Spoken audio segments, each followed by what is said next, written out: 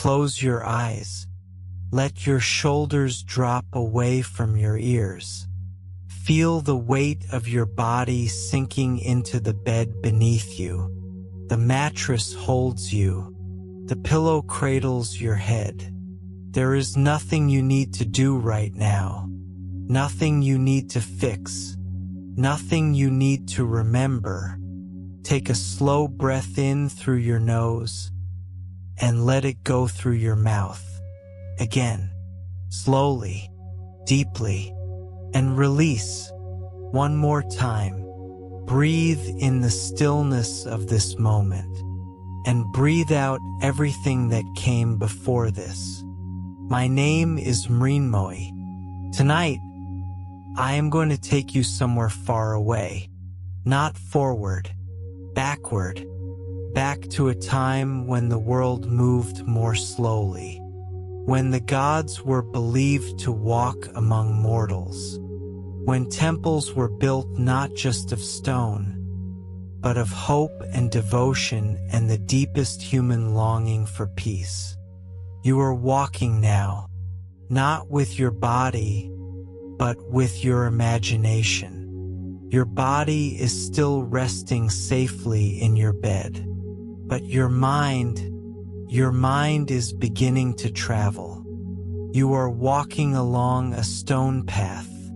The stones are worn smooth by thousands of footsteps over hundreds of years. Some of them are cracked at the edges. Small blades of grass push up between them, soft and green. The path is wide enough for two people to walk side by side. But tonight you are walking alone. On both sides of the path, ancient olive trees stand in quiet rows. Their trunks are twisted and gnarled, silver gray against the darkening sky. These trees have been here for centuries. They have seen countless sunsets just like this one. Their leaves are small and silvery, and they shimmer as the evening breeze passes through them. Listen, you can hear them, a soft, dry rustling, like paper being turned very slowly, like pages of a very old book. The olives themselves are small and dark, hanging in clusters among the leaves. The air carries their faint, earthy sweetness. The path rises gently. You are walking uphill, not steeply, just enough that you feel a soft effort in your legs. Your sandals make a soft sound on the stone, a gentle rhythm, step and step and step. The sun is behind you now. You can feel its last warmth on your back, soft and golden. Your shadow stretches out long in front of you, reaching toward the top of the hill. And then you see it, the temple. It stands at the crest of the hill, silhouetted against the setting sun. The columns rise tall and straight, their fluted surfaces catching the last light. The pediment above them is triangular, and in the fading glow you can just make out the shapes of carved figures, gods and heroes frozen in stone, watching over the valley below. The temple is made of marble, white marble that has aged to a soft, warm gold in the sunset. The stone seems to glow from within, as if it holds the memory of every sunset it has ever witnessed. And there have been thousands, tens of thousands. This temple has stood here for longer than anyone can remember, longer than your great-grandparents' grandparents. It has watched empires rise and fall. It has seen wars and peace, births and deaths, celebrations and quiet evenings just like this one. And now it is waiting for you. You continue up the path, The olive trees thin out as you near the top. The ground becomes more open, covered with short grass and wild herbs. You can smell thyme and oregano, crushed under your sandals, releasing their scent into the warm evening air.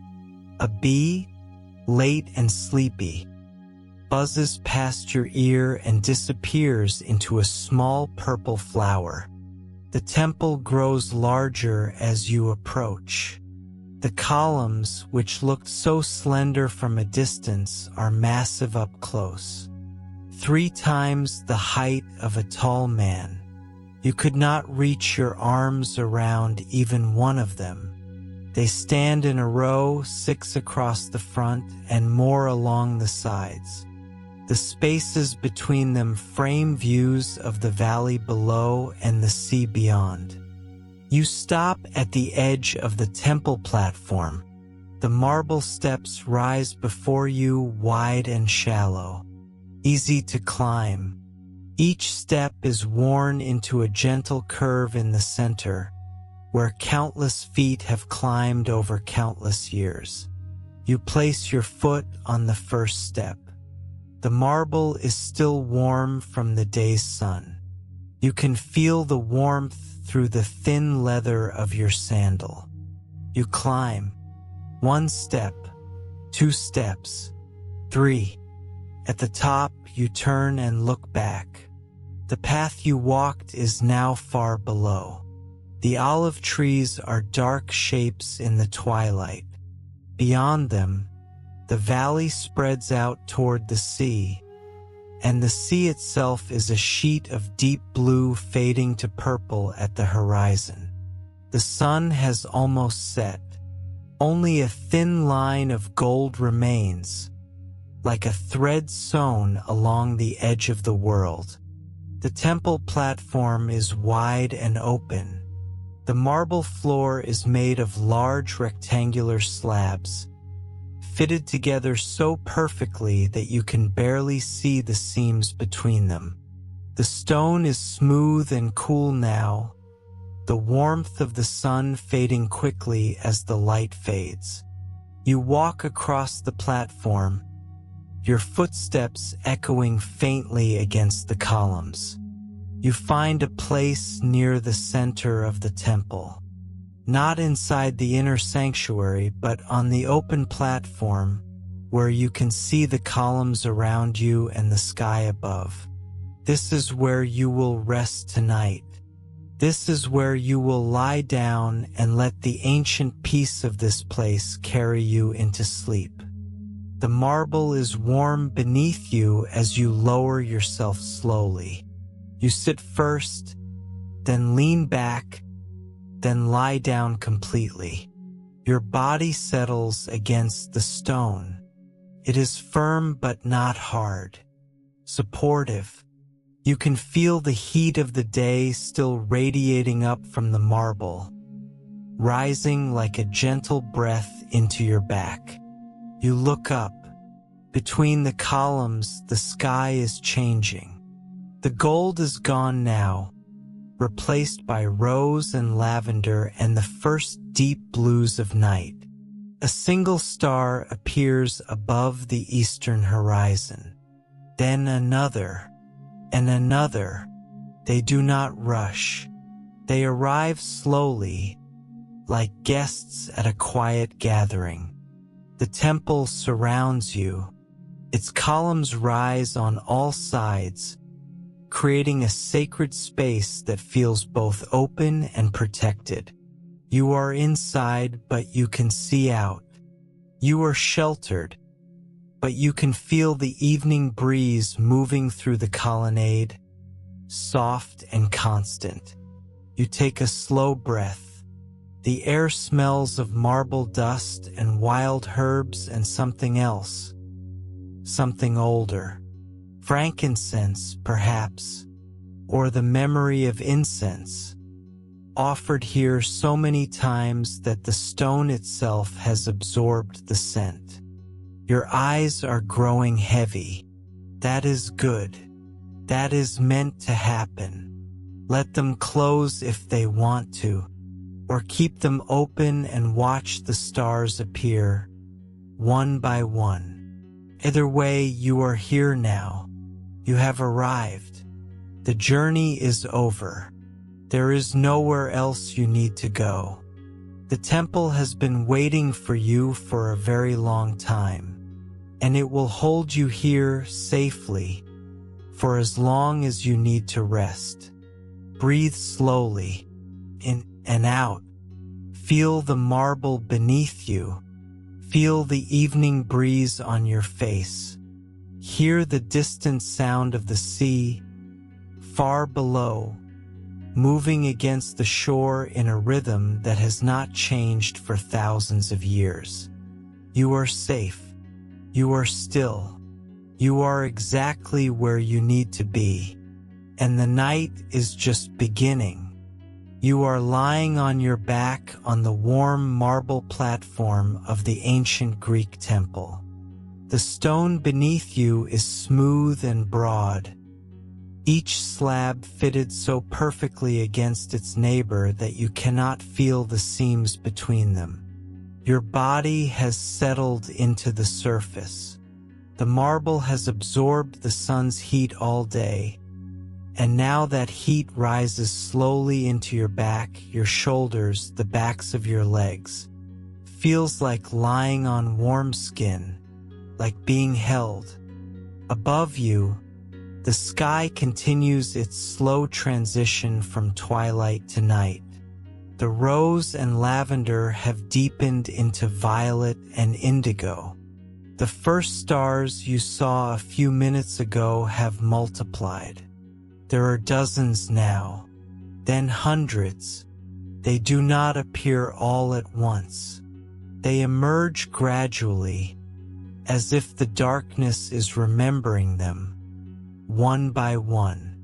The columns of the temple rise around you like the trunks of ancient trees. They are made of Pentelic marble, quarried from Mount Pentelicus far to the south. The stone is not pure white. It has a faint golden warmth to it, a hint of cream, and in the fading light it seems to glow from within. Each column is fluted, carved with vertical grooves that run from top to bottom, catching the light and shadow in long, graceful lines. Your eyes follow one column upward. It rises straight and true, narrowing slightly as it climbs, until it reaches the capital at the top, the carved stone that spreads out like a crown to meet the beam above. Between the columns, you can see the world beyond. To your left, the valley slopes down toward the sea. Olive groves cover the hillsides, their silver leaves now dark shapes against the darker earth. A few lights flicker in the distant village, oil lamps being lit for the evening meal. The lights are small and warm, like fireflies that have decided to stay in one place. To your right, the hills rise higher, covered with pine trees and scrub. Somewhere up there, a night bird calls once, a soft, questioning sound. Then silence again. Above the columns, the sky deepens. The violet is turning to blue. The blue is turning to black. And the stars are everywhere now. You turn your head slowly to the side. Your cheek rests against the marble. It is cooler now than it was when you first lay down, but still warm enough to be comforting. You are facing one of the long walls of the temple, where the columns stand in a row, and between two of them you can see a carving. The marble relief is worn by time, but the figures are still visible. A woman in a flowing robe stands with one arm raised. A man beside her holds a staff. Between them, a small winged figure, perhaps a god, perhaps a messenger.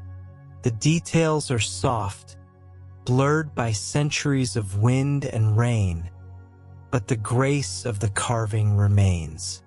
The way the woman's robe folds around her legs, the way the man's hand rests on his staff, the way the winged figure seems to be in motion, frozen forever in mid-flight. These carvings have been here for longer than anyone can remember. The artists who carved them have been dead for thousands of years. Their names are forgotten, but their hands left this mark on the world. Beauty, carved into stone, waiting for you to find it on this quiet evening. You turn your head back to look up at the sky. The stars are brighter now that the last traces of sunset have faded completely. The Milky Way is beginning to appear, not as a band of light yet, but as a faint mist across the darkness, a river of ancient starlight flowing from one horizon to the other. Somewhere behind you, inside the temple's inner sanctuary, you know there is a statue of the god or goddess to whom this temple is dedicated. You have not seen it yet. Perhaps you will go there later, or perhaps you will stay here on the open platform where the sky and the stone and the columns create a space that feels sacred enough on its own. The marble beneath you is still warm. The heat is fading very slowly, as if the stone is reluctant to let go of the day. You feel it most strongly under your lower back, under your shoulders, under the backs of your knees. These points of warmth seem to spread as you lie still, radiating outward into the rest of your body. Your arms rest at your sides, palms up, fingers slightly curled. Your hands are heavy now. You can feel the weight of them against the stone.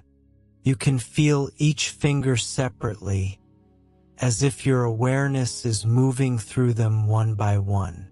Thumb, index finger, middle finger, ring finger, little finger, each one soft and still.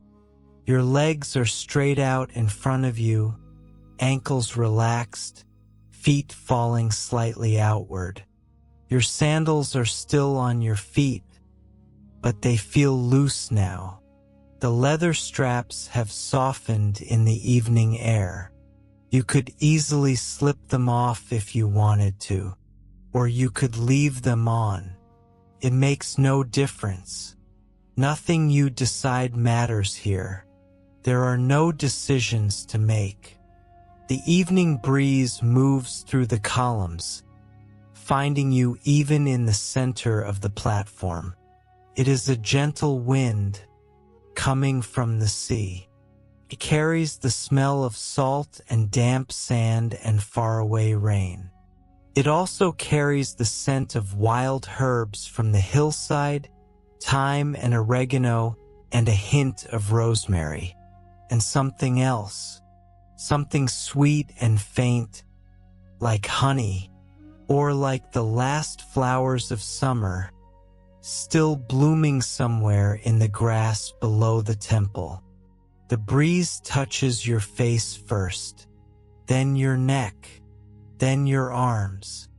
It moves across your body like a hand checking to make sure you are comfortable. Then it passes on, rustling the olive leaves far below, continuing its endless journey across the hills and valleys of this ancient land. You breathe in slowly. The air is cool now, cooler than when you arrived. The marble is still warm beneath you, but the air above you is growing crisp. It is the kind of air that makes you want to pull a blanket up to your chin. And you have a blanket. You brought it with you, though you do not remember carrying it. It is here, folded beside you on the marble. A thick woolen blanket, dyed a deep shade of blue, like the sky just before all the light is gone.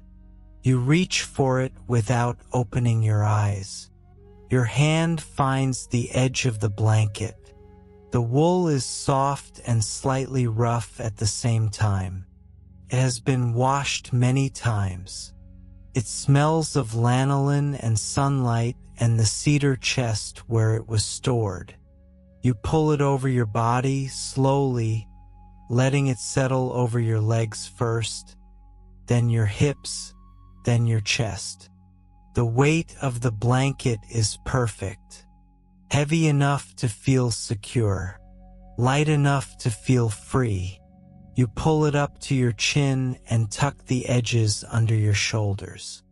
Now the only parts of you exposed to the night air are your face and your hands. Everything else is wrapped in warm, soft wool. The marble beneath you, the blanket above you, the columns around you, the stars beyond them. You are layered in comfort, wrapped in safety, held by something much older and much larger than yourself. Your breathing has slowed without you noticing. The inhale is longer now. The exhale is longer still. There is no hurry.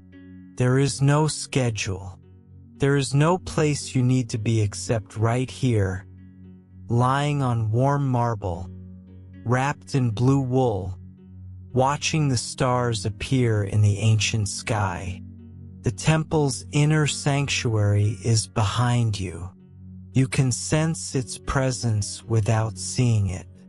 The closed door, the statue within, the offerings left by generations of pilgrims, small clay figures, oil lamps, dried flowers, coins, all of it hidden in the darkness, waiting for morning, waiting for someone to open the door and let the light in. But that is for another time. That is for tomorrow or for never. Tonight you are content to stay here on the open platform, where the sky is your roof and the stars are your ceiling. Tonight, you need nothing more than marble and wool and the slow, steady rhythm of your own breathing. The columns cast long shadows now. The moonlight is beginning to rise. Not the moon itself, but the light that comes before the moon. A silver glow on the eastern horizon, promising that soon, the crescent will appear above the hills. You close your eyes, or perhaps they were already closed. It is hard to remember now. The boundary between seeing and imagining has become soft and blurred. You see the columns with your eyes closed. You see the stars. You see the carved figures on the wall. They are all still there, inside you even when you are not looking at them. The marble beneath you seems to pulse with warmth. Slow waves of heat, rising and falling, like the chest of a sleeping animal. The temple is alive. Not in the way people are alive, but in the way mountains are alive and oceans and the earth itself. A deep, ancient, patient life that has no beginning and no end. Your hand moves slightly under the blanket. Your fingers find the edge of the wool and hold it softly. The texture is comforting. The slight roughness against your fingertips.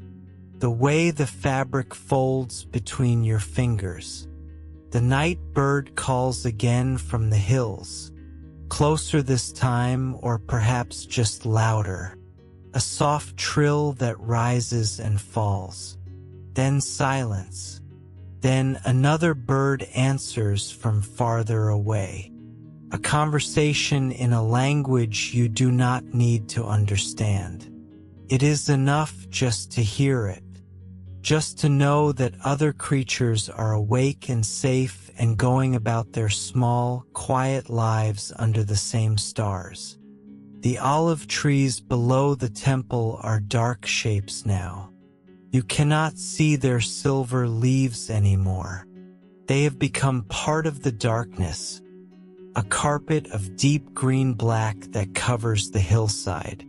But you can still smell them, that dry, earthy scent, that hint of bitterness, that memory of oil and bread and ancient meals shared under their branches. You take a slow breath. The air fills your lungs completely, not with a gasp, but with a gradual, gentle expansion. Your ribs widen. Your belly rises. The breath reaches all the way down to the bottom of your lungs, and then, without any effort, it begins to leave. The exhale is longer than the inhale. It always is when you are truly relaxed. The air leaves your body slowly, carrying with it anything that does not belong here. Any tension, any thought, any memory of the day that you do not need to carry into the night. In and out, in and out. The temple watches over you. The columns stand guard. The marble holds you. The blanket covers you. The stars shine down on you. And the night deepens around you, soft and dark and full of peace. You are exactly where you need to be.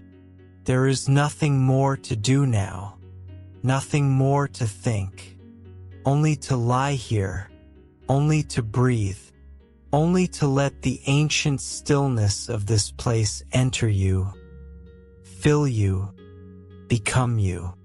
The marble sanctuary has received you, and it will not let you go until morning. The light is changing. You have been lying on the marble platform for what feels like a long time now, and the sky above the columns has transformed while you were not watching. The deep violet and indigo of early twilight have given way to something darker, richer. The blue of the sky is so deep now that it seems almost black at the zenith, directly above you, but still holds a faint trace of color near the horizon. The sun is gone, completely gone. Not even the thinnest line of gold remains along the edge of the world. The sun has traveled to the other side of the earth, to places you cannot see, and will not return for many hours. But the sun has left something behind. A gift. The memory of its light still clings to the western sky, painting a soft band of amber and rose that slowly, imperceptibly, fades into the deep blue above. This is the hour that the Greeks called to Lycophos the wolf light, the light between day and night, between the world of humans and the world of spirits, when the boundaries between things become soft and uncertain. It is a peaceful light, gentle and forgiving. It asks nothing of you. It only asks that you watch it fade. The columns of the temple are catching this last light. Their eastern sides are dark now in shadow, but their western faces are still glowing warm, golden, alive. The fluted grooves run vertically along each column, and in this light, each groove holds a different shade. Some are bright gold where the light strikes them directly. Others are deep amber, nearly brown, in the shadows between. The columns seem to turn slowly, as if they are following the sun, even though you know they are perfectly still. You watch one column for a long time, the tallest one, near the corner of the temple where the two walls meet. Its capital, the carved stone at the top, is shaped like a scroll, with graceful curves that spiral inward on themselves. The light catches the edge of one spiral and makes it glow like a coil of heated metal. Then the light shifts barely perceptibly, and the glow moves to a different curve. The column breathes with the light, or perhaps it is the light that breathes, moving across the stone like a living thing. The sky continues its slow transformation. The band of amber and rose along the western horizon shrinks. It is thinner now than it was a few minutes ago, a strip of gold no wider than your hand, then thinner than that, then just a thread, then gone, and in its place the first deep purple of true night. Your eyes have adjusted to the darkness now. You can see details that were invisible when you first lay down. The veins in the marble floor, thin lines of gray and white that run through the stone like rivers on a map. The tiny cracks between the slabs, where small dark moss has grown, soft as velvet. The way the columns taper as they rise, just slightly, so that they seem to lean toward each other at the top, like the branches of trees meeting in a forest canopy. The stars are multiplying again. Every time you look up, there are more of them. They do not appear all at once. They emerge gradually, as if the darkness is giving birth to them, one by one. The brightest ones appeared first. You recognize a few of them now. There is one directly above you, so bright it seems to have a small halo around it.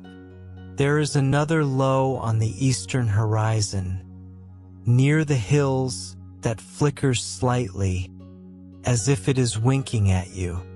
The Milky Way is becoming visible now, not just a faint mist, but a river of light. Millions of stars, so far away that they blend together into a soft, luminous band that stretches from one end of the sky to the other. The Greeks called it the Kyklos Galaxios, the Milky Circle. They believed it was the path of the gods, or the milk of the goddess Hera, spilled across the sky when she nursed the infant Heracles. Looking at it now, you can understand why they thought such things. It is too beautiful to be ordinary. It must be the remnant of something divine, something sacred. Your breathing has become very slow now. You are not trying to slow it. It is happening on its own, as your body understands that there is no need for hurry, no need for alertness. You are safe here. The temple is watching over you. The night is holding you. You can let go of the effort of breathing. It will happen without you. The sea. You can hear the sea more clearly now that the light has faded. Perhaps the darkness makes the sound travel farther. Or perhaps you are simply listening more deeply with less distraction. The waves are far below the temple, at the bottom of the hill, beyond the olive groves and the winding path. They move against the shore in a rhythm that has not changed since the first wave touched the first rock. Push and pull, push and pull. Each wave arrives, spends itself against the land, and retreats.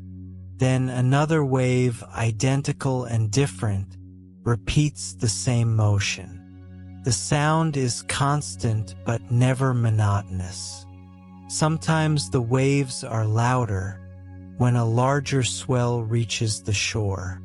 Sometimes they are softer when the sea rests between breaths. But the sound never stops. It is the heartbeat of the earth itself, the oldest music there is. The wind has changed direction slightly. You can feel it on your face, coming from a different angle now. Carries different smells. Less salt, more earth. The scent of dry grass and pine resin and the faint, sweet smoke of cooking fires from the village far below. Someone is heating oil in a clay lamp. Someone is warming bread over coals. Someone is preparing the evening meal, as people have done in this valley for thousands of years, in the same way with the same simple ingredients under the same stars. The blanket is warm over your body. The wool has absorbed your body heat and is holding it close to you. You can feel the warmth radiating back at you, gentle and constant. The marble beneath you has cooled now. It is no longer warm from the sun, but it is not cold either. It is the temperature of the earth itself, cool, solid, infinite. Your legs are heavy under the blanket, so heavy that you are not sure you could lift them if you tried. Not that you want to try. There is no reason to move. Your legs have found their place, and they are content to stay there, resting, releasing the last traces of the day's walking and standing and carrying. Your arms are heavy too. They lie at your sides, palms up, fingers slightly curled. You can feel the weight of each arm separately, the left arm and the right arm, both pressed against the marble by the weight of the blanket. Your hands are open and soft. No fists, no gripping, just open hands, receiving whatever the night offers. Your neck is relaxed. Your head rests on a small folded cloth you placed beneath it earlier, a linen square soft from many washings. Your jaw is loose. Your tongue rests gently against the roof of your mouth. Your eyebrows are unfurrowed. The small muscles around your eyes have released their tension. The space between your eyebrows is smooth. Your whole face has softened. You cannot see it, but you can feel it. The mask you wear during the day, the expression you carry without thinking, has slipped away. Your face is at rest. It is the face you had when you were a child, sleeping in the warmth of a safe room, with no knowledge of worry or obligation or time. Somewhere in the distance, an owl calls, a low, soft hoot that rises and falls, then silence. Then another hoot, slightly closer. The owl is hunting, or perhaps it is calling to its mate, or perhaps it is simply announcing its presence to the night, declaring that it is here, it is alive, and it is content. The sound does not disturb you. It belongs here. It is part of the night, as much as the stars and the wind and the sea. You are a guest in this ancient place, and the owl is one of its hosts.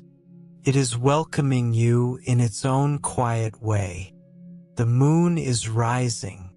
You have not seen it yet, but you can see its light on the eastern horizon, a silver glow that grows brighter by the minute. The moon is a crescent tonight, a thin curve of silver, like a fingernail clipping or a boat floating on the dark sea of the sky. It will rise slowly, taking its time, as if it is in no hurry to complete its journey. When the moon clears the hills, you will see it between the columns of the temple. It will move across the sky as the night deepens, keeping you company, watching over you. But you may not be awake to see it. That is fine. The moon does not need you to watch it.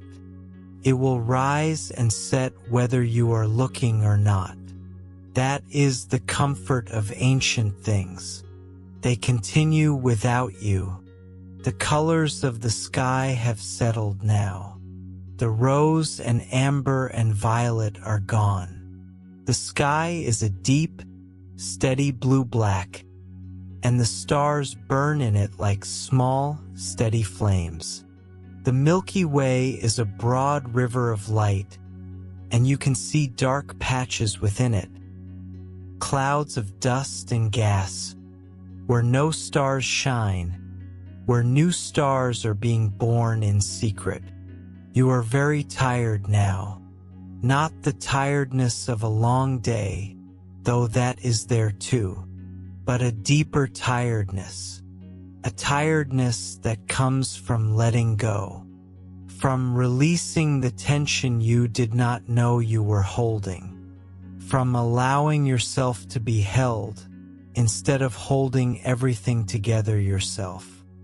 It is a good tiredness, a tiredness that asks only one thing of you, that you lie here on this warm marble, under this blue wool, beneath these ancient stars, and let sleep come when it is ready. And sleep is ready. You can feel it approaching, like a wave that has traveled across the sea and is about to break gently on the shore. It is there in the heaviness of your eyelids, in the softness of your thoughts, in the way the sounds around you are beginning to blend together into a single peaceful hum. The temple is dark now. The last glow on the western columns has faded completely. The marble is a uniform silver gray in the starlight. The carved figures on the wall are shadows within shadows, barely visible. But you do not need to see them to know they are there. You can feel their presence. The ancient sculptors carved them with such care that something of their intention remains. A wish for beauty, a hope for peace, a prayer for all who would come after. You are that person, the one they prayed for, the one who would lie here 2,000 years later and feel the peace they carved into stone. The waves continue their slow rhythm. The wind continues its gentle movement. The stars continue their silent watch. And you continue to breathe slowly, deeply, without effort. The gentle dusk has settled into full night. The temple is ready. The night is ready. And you are ready. There is nothing between you and sleep now. Nothing at all. The night has settled fully now. The sky above the columns is a deep, endless black, scattered with stars so numerous that you cannot count them. You have stopped trying. The stars are not here to be counted.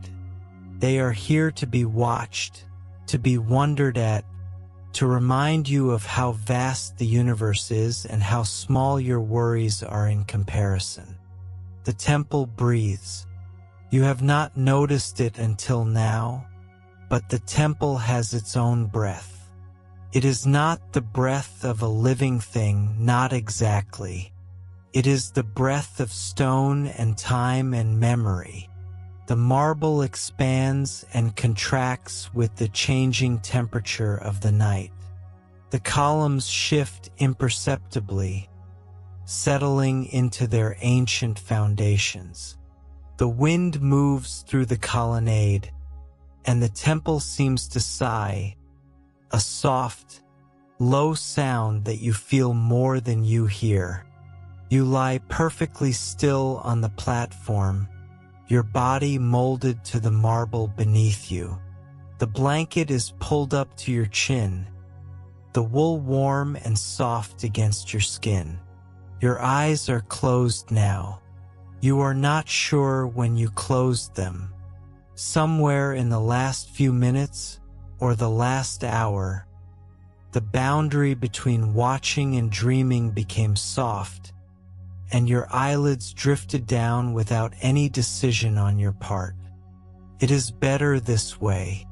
With your eyes closed, you can feel more.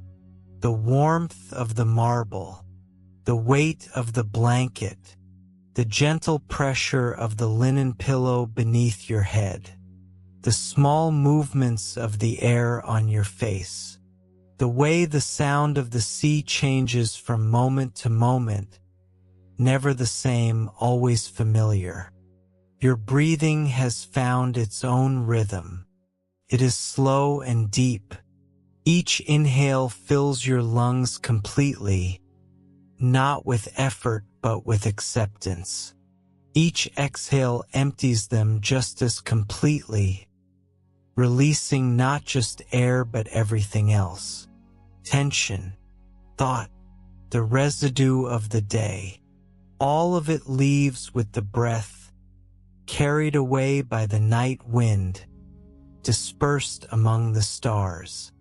There is a phrase you have heard somewhere, the breath of the temple. The Greeks believed that sacred places had their own spirit, their own life force. They called it pneuma, breath, wind, spirit. The temple breathes, and when you are inside it, you breathe with it. Your breath and the temple's breath become the same breath. Your heart and the temple's heart beat together. You can feel it now, that synchronization. The slow rise and fall of your chest matches the slow pulse of the sacred space around you. When you inhale, the temple seems to inhale with you. When you exhale, the temple exhales too. The boundary between you and this place is dissolving. You are no longer a visitor lying on the marble. You are part of the temple, a small, quiet part that rests. The marble beneath you is perfectly flat, perfectly level. The ancient builders spent years making it so. They did not have modern tools, only their hands and their eyes and their deep understanding of stone. They laid each slab with care, checking and rechecking, adjusting by fractions of a finger's width until everything was true. They knew that someone would lie here one day. They did not know your name or your face, but they knew that someone would come, and they wanted that someone to be comfortable. They wanted you to rest. You shift slightly under the blanket, just enough to settle more deeply into the stone. Your shoulder finds a new position. Your hip relaxes. Your spine lengthens. The marble supports you perfectly, firm but forgiving, like the earth itself. The columns around you seem to pulse with the starlight. They are not white anymore, not even in the moonlight. They are silver and gray and deep blue, the colors of the night sky reflected on their surfaces. The fluted grooves catch the starlight and hold it, each groove a tiny reservoir of luminescence. If you looked closely, You might see your own reflection in the polished stone. But you do not look. Your eyes are closed, and you prefer to feel the columns rather than see them. Their presence is reassuring. They have stood here for over 2,000 years. They have seen empires rise and fall. They have seen wars and famines and earthquakes and floods. They have seen generations of pilgrims come and go, each one carrying their own hopes and fears, each one leaving a small piece of themselves behind. And still the columns stand. Still they rise toward the sky. Still they hold the roof above your head. You are safe under these columns, safer than you have been in a long time. Not because the columns can protect you from anything, they are only stone after all, but because their endurance reminds you that some things last. Some things endure. Your worries will pass. Your troubles will fade. But the columns will still be here, standing in the starlight, holding the night sky in place. The sea is louder now, or perhaps you are just listening more carefully.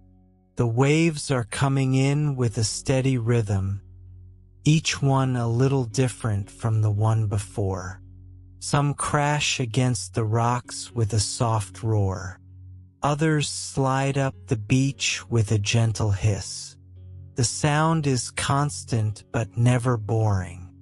It is the sound of the earth breathing, the sound of the tides moving, the sound of time passing without hurry.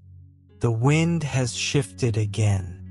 It is coming from the north now, from the mountains, and it carries the scent of pine and cold stone and faraway snow. The air is crisp and clean, and when you breathe it in, you feel it travel all the way to the bottom of your lungs, cooling you from the inside. Then your breath warms it and sends it back out, a little cloud of warmth that disappears into the night. The temple seems to shift around you. Not physically, the stone is still and solid, but the space feels different now, more intimate, as if the temple has drawn closer to you, wrapping its marble arms around you, protecting you from the vastness of the night. You are small in this ancient place, but you are not alone. The temple is with you. The gods are with you. The generations of pilgrims who came before you are with you, their hopes and prayers still lingering in the stone. You take a slow breath. The air tastes of salt and pine and something else, something sweet, honey perhaps, or dried figs, or the last of the summer flowers, still blooming somewhere in the grass below the temple. The scent is faint but unmistakable. It is the scent of the Mediterranean, the scent of ancient things, the scent of home, even if you have never been here before. Your body is very heavy now, heavier than it was when you first lay down. The weight of the blanket, the weight of the marble, the weight of your own flesh and bone. Gravity has a stronger hold on you than usual. It is pulling you down, down into the stone, down into the earth, down into the deep, still place where nothing moves and nothing changes and nothing hurts. This is what the temple offers. Not escape from the world, but a deeper engagement with it. A reminder that below the surface noise and chaos, there is stillness. Below the anxiety and the striving, there is peace. Below the endless thinking and planning and worrying, there is silence. The temple is a door to that silence, and you have walked through that door. Your thoughts are slowing down. They are not disappearing, not yet, but they are moving more slowly, like leaves floating on a still pond. Each thought drifts into view, lingers for a moment, and then drifts away. You do not grab onto them. You do not follow them. You let them come and go, like the waves on the shore far below. The owl calls again, closer now. You can hear the soft flutter of its wings as it passes between the columns, hunting for mice in the grass around the temple. The sound is soft and dry, like pages turning in a book. The owl does not disturb you. Its presence is comforting. Another creature sharing this sacred space. Another life going about its quiet business under the stars. The moon has cleared the hills. You can see its light through your closed eyelids. A soft silver glow that brightens and fades as the moon moves behind the columns. The crescent is thin but bright, casting just enough light to outline the shapes around you.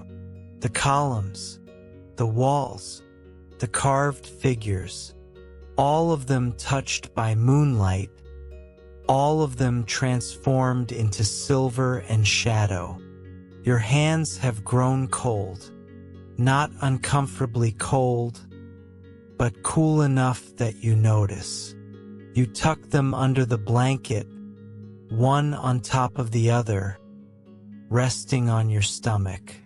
The warmth of your body seeps into them slowly, warming your fingers, your palms, the backs of your hands.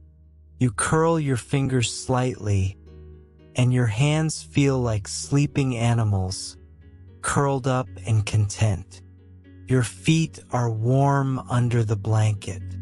The wool has trapped the heat around them, and your toes are pressed together, sharing their warmth.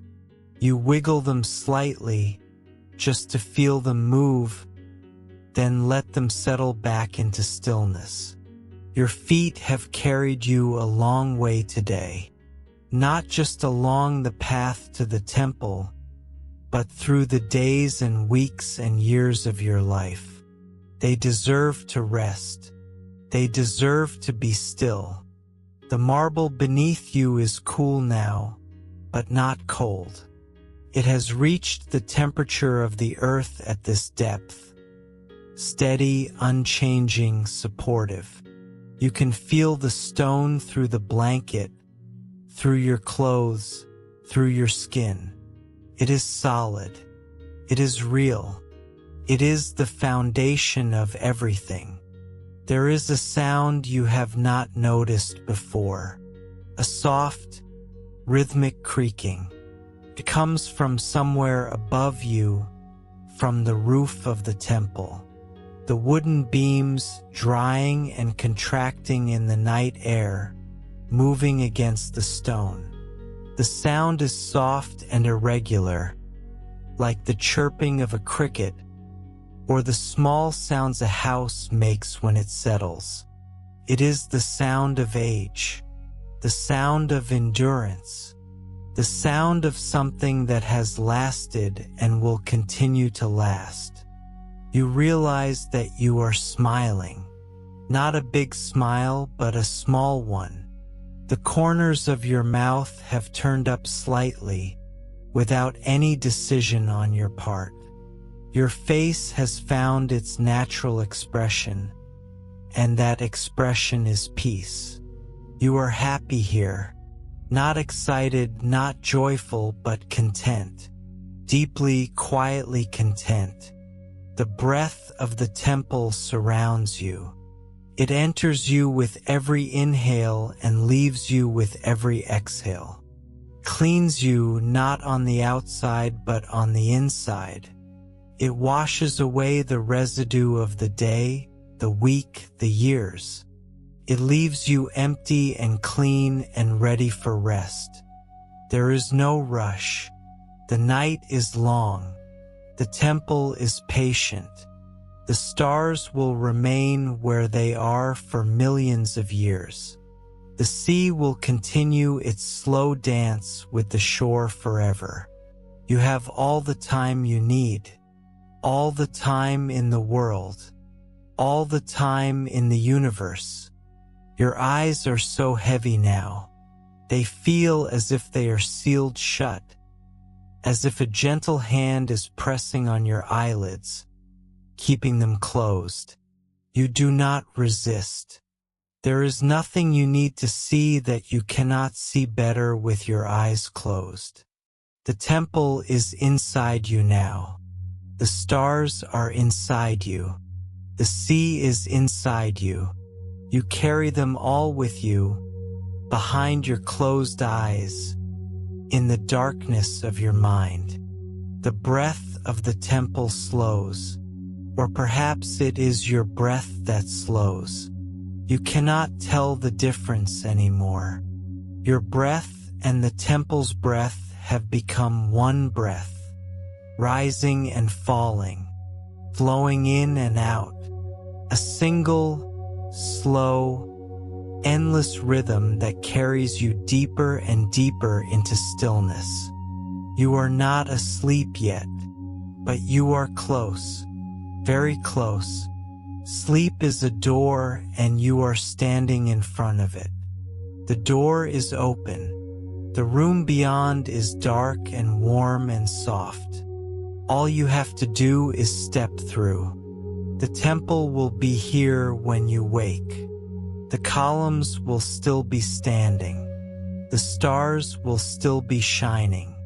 The sea will still be singing.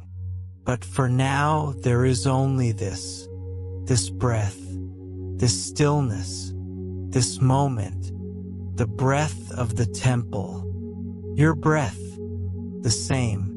The wind has shifted again. You feel it first on your face, a change in temperature, a change in moisture, a change in scent. The breeze is coming from the south now, from the sea, and it carries with it the full breath of the Mediterranean. Salt, seaweed, wet sand, the faint, clean smell of deep water, cold and dark and endless. But there is something else in the wind tonight, something earthy, something green. The olive groves that cover the hillsides below the temple are releasing their scent into the night air. It is a subtle fragrance, easy to miss if you are not paying attention. But you are paying attention. You are lying on the marble platform with your eyes closed and your senses open, and you receive every gift the night offers. The scent of olives is not the scent of the fruit itself. It is the scent of the leaves, small and silver, rustling against each other in the evening breeze. It is the scent of the bark, rough and gray, cracked by centuries of sun and wind. It is the scent of the earth around the roots, dry and dusty, mixed with the sweet rot of fallen fruit. All of these together create a fragrance that is ancient and familiar, a smell that has been part of this landscape for thousands of years. The olive trees are old. Some of them are older than the temple itself. They were planted by hands that turned to dust long ago, by people whose names are forgotten, whose faces are erased by time. But the trees remain. They have survived droughts and floods and wars and earthquakes. They have been struck by lightning and regrown from their roots. They have been bent by wind until their trunks twisted into spirals, but they have never broken. These trees know something about endurance. They know something about patience. They know how to wait. They know how to send their roots deep into the earth, searching for water, searching for stability, searching for the slow nutrients that keep them alive decade after decade, century after century. You breathe in the scent of the olives, and something in you relaxes even more deeply. Some ancient memory, perhaps, a memory of shelter, of shade, of the long afternoons spent under these trees by people who lived their whole lives within sight of this temple. You are connected to them now, through this scent, through this place, through this night. The sea breeze carries another scent as well. Wild herbs. The hillside below the temple is covered with thyme and oregano and rosemary, their small leaves releasing fragrance into the warm night air. The Greeks have gathered these herbs for thousands of years, using them to flavor their food, to heal their bodies, to scent their temples. The herbs grow wild here without cultivation, without care. They spread across the rocky soil, finding purchase in the smallest cracks, thriving where nothing else can grow. You know these scents. Thyme, sharp and green, with a hint of lemon. Oregano, warm and earthy, slightly bitter. Rosemary, piney and sweet, with a touch of camphor. They blend together in the night air, creating a fragrance that is both familiar and exotic, both comforting and exciting. This is the scent of the Mediterranean. This is the scent of ancient Greece. This is the scent of the place where you are lying, even though you have never been here before. Your breathing has become very slow now. Each inhale lasts several seconds, filling your lungs with the perfumed air. Each exhale lasts even longer, releasing not just breath but the last traces of tension, the last fragments of thought, the last remnants of the day. You are breathing in the night. You are breathing in the temple. You are breathing in the sea and the olives and the wild herbs. And with each breath, you become more a part of this place. The sound of the sea is clearer now. The wind has shifted in a way that carries the waves more directly to your ears. You can hear the different layers of the sea's voice. The deep boom of waves against the cliffs at the edge of the bay. The softer crash of waves on the sandy beach. The hiss of foam as it slides up the shore and retreats. The gurgle of water moving between rocks. All of these sounds blend together into a single, complex, endlessly varied music. The Greeks believed that the sea was alive, that it had its own spirit, its own voice. They called that spirit Thalassa, the primordial goddess of the deep. She was older than the gods of Olympus, older than the earth itself. She was born from chaos, the void at the beginning of all things. And she has been singing her song ever since.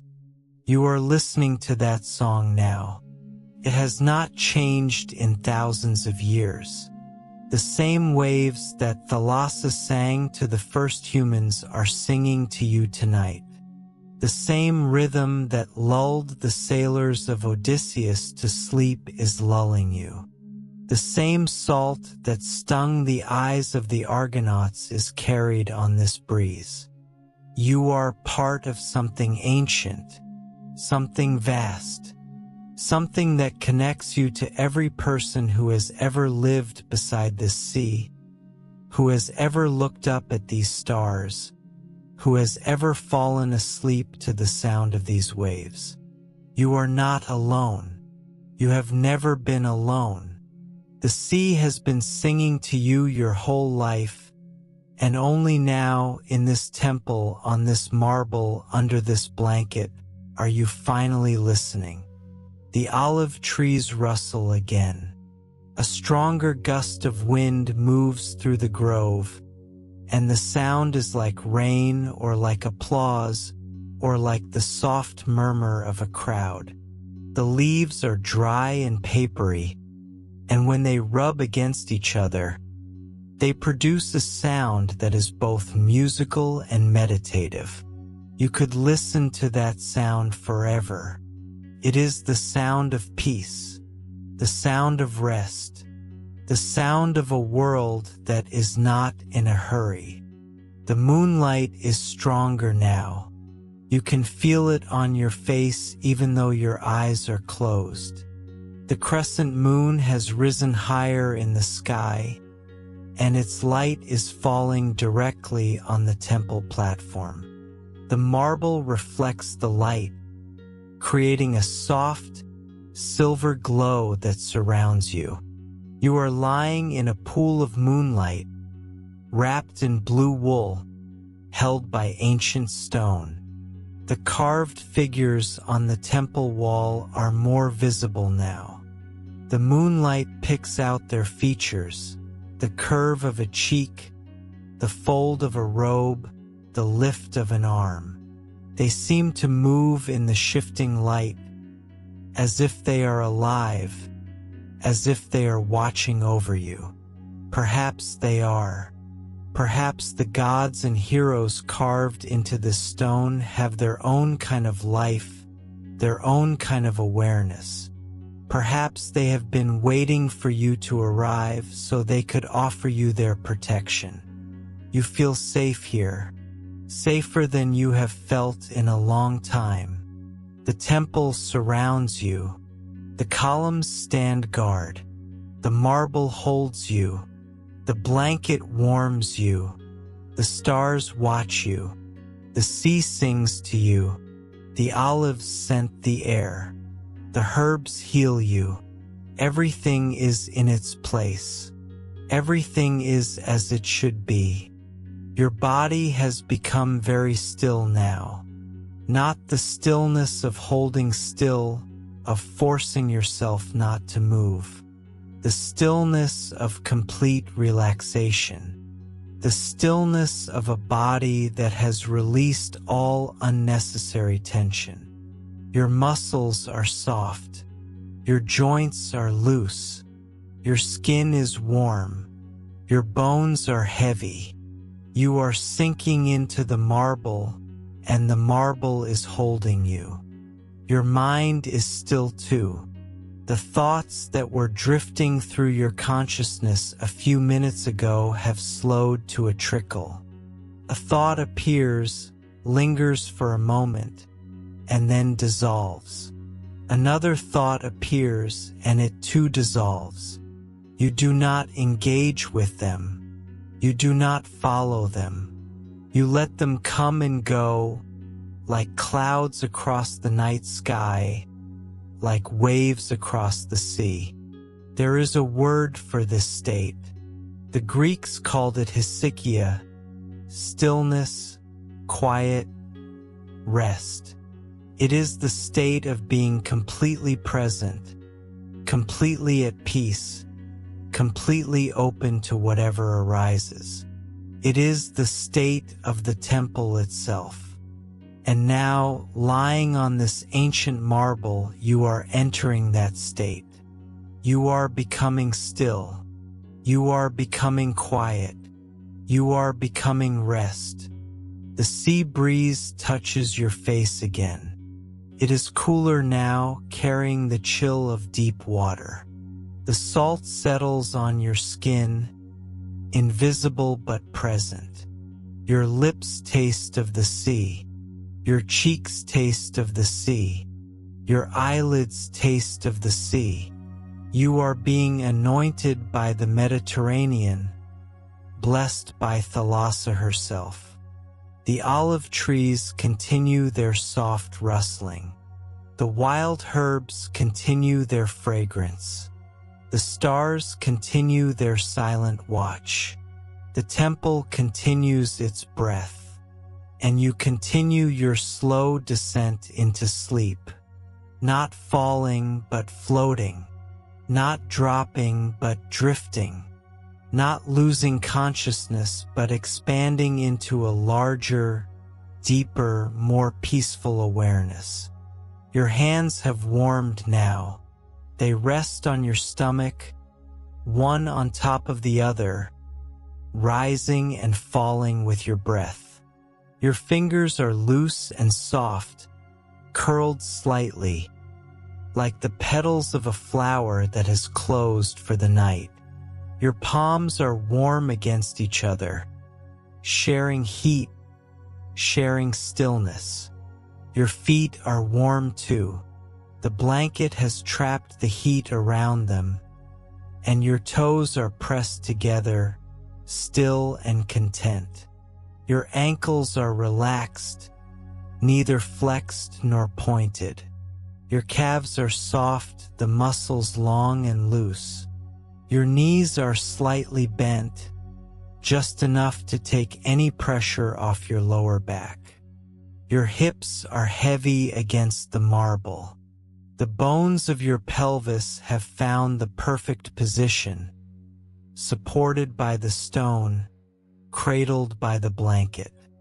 Your lower back is flat against the marble, the curve of your spine filled by the soft warmth of the stone.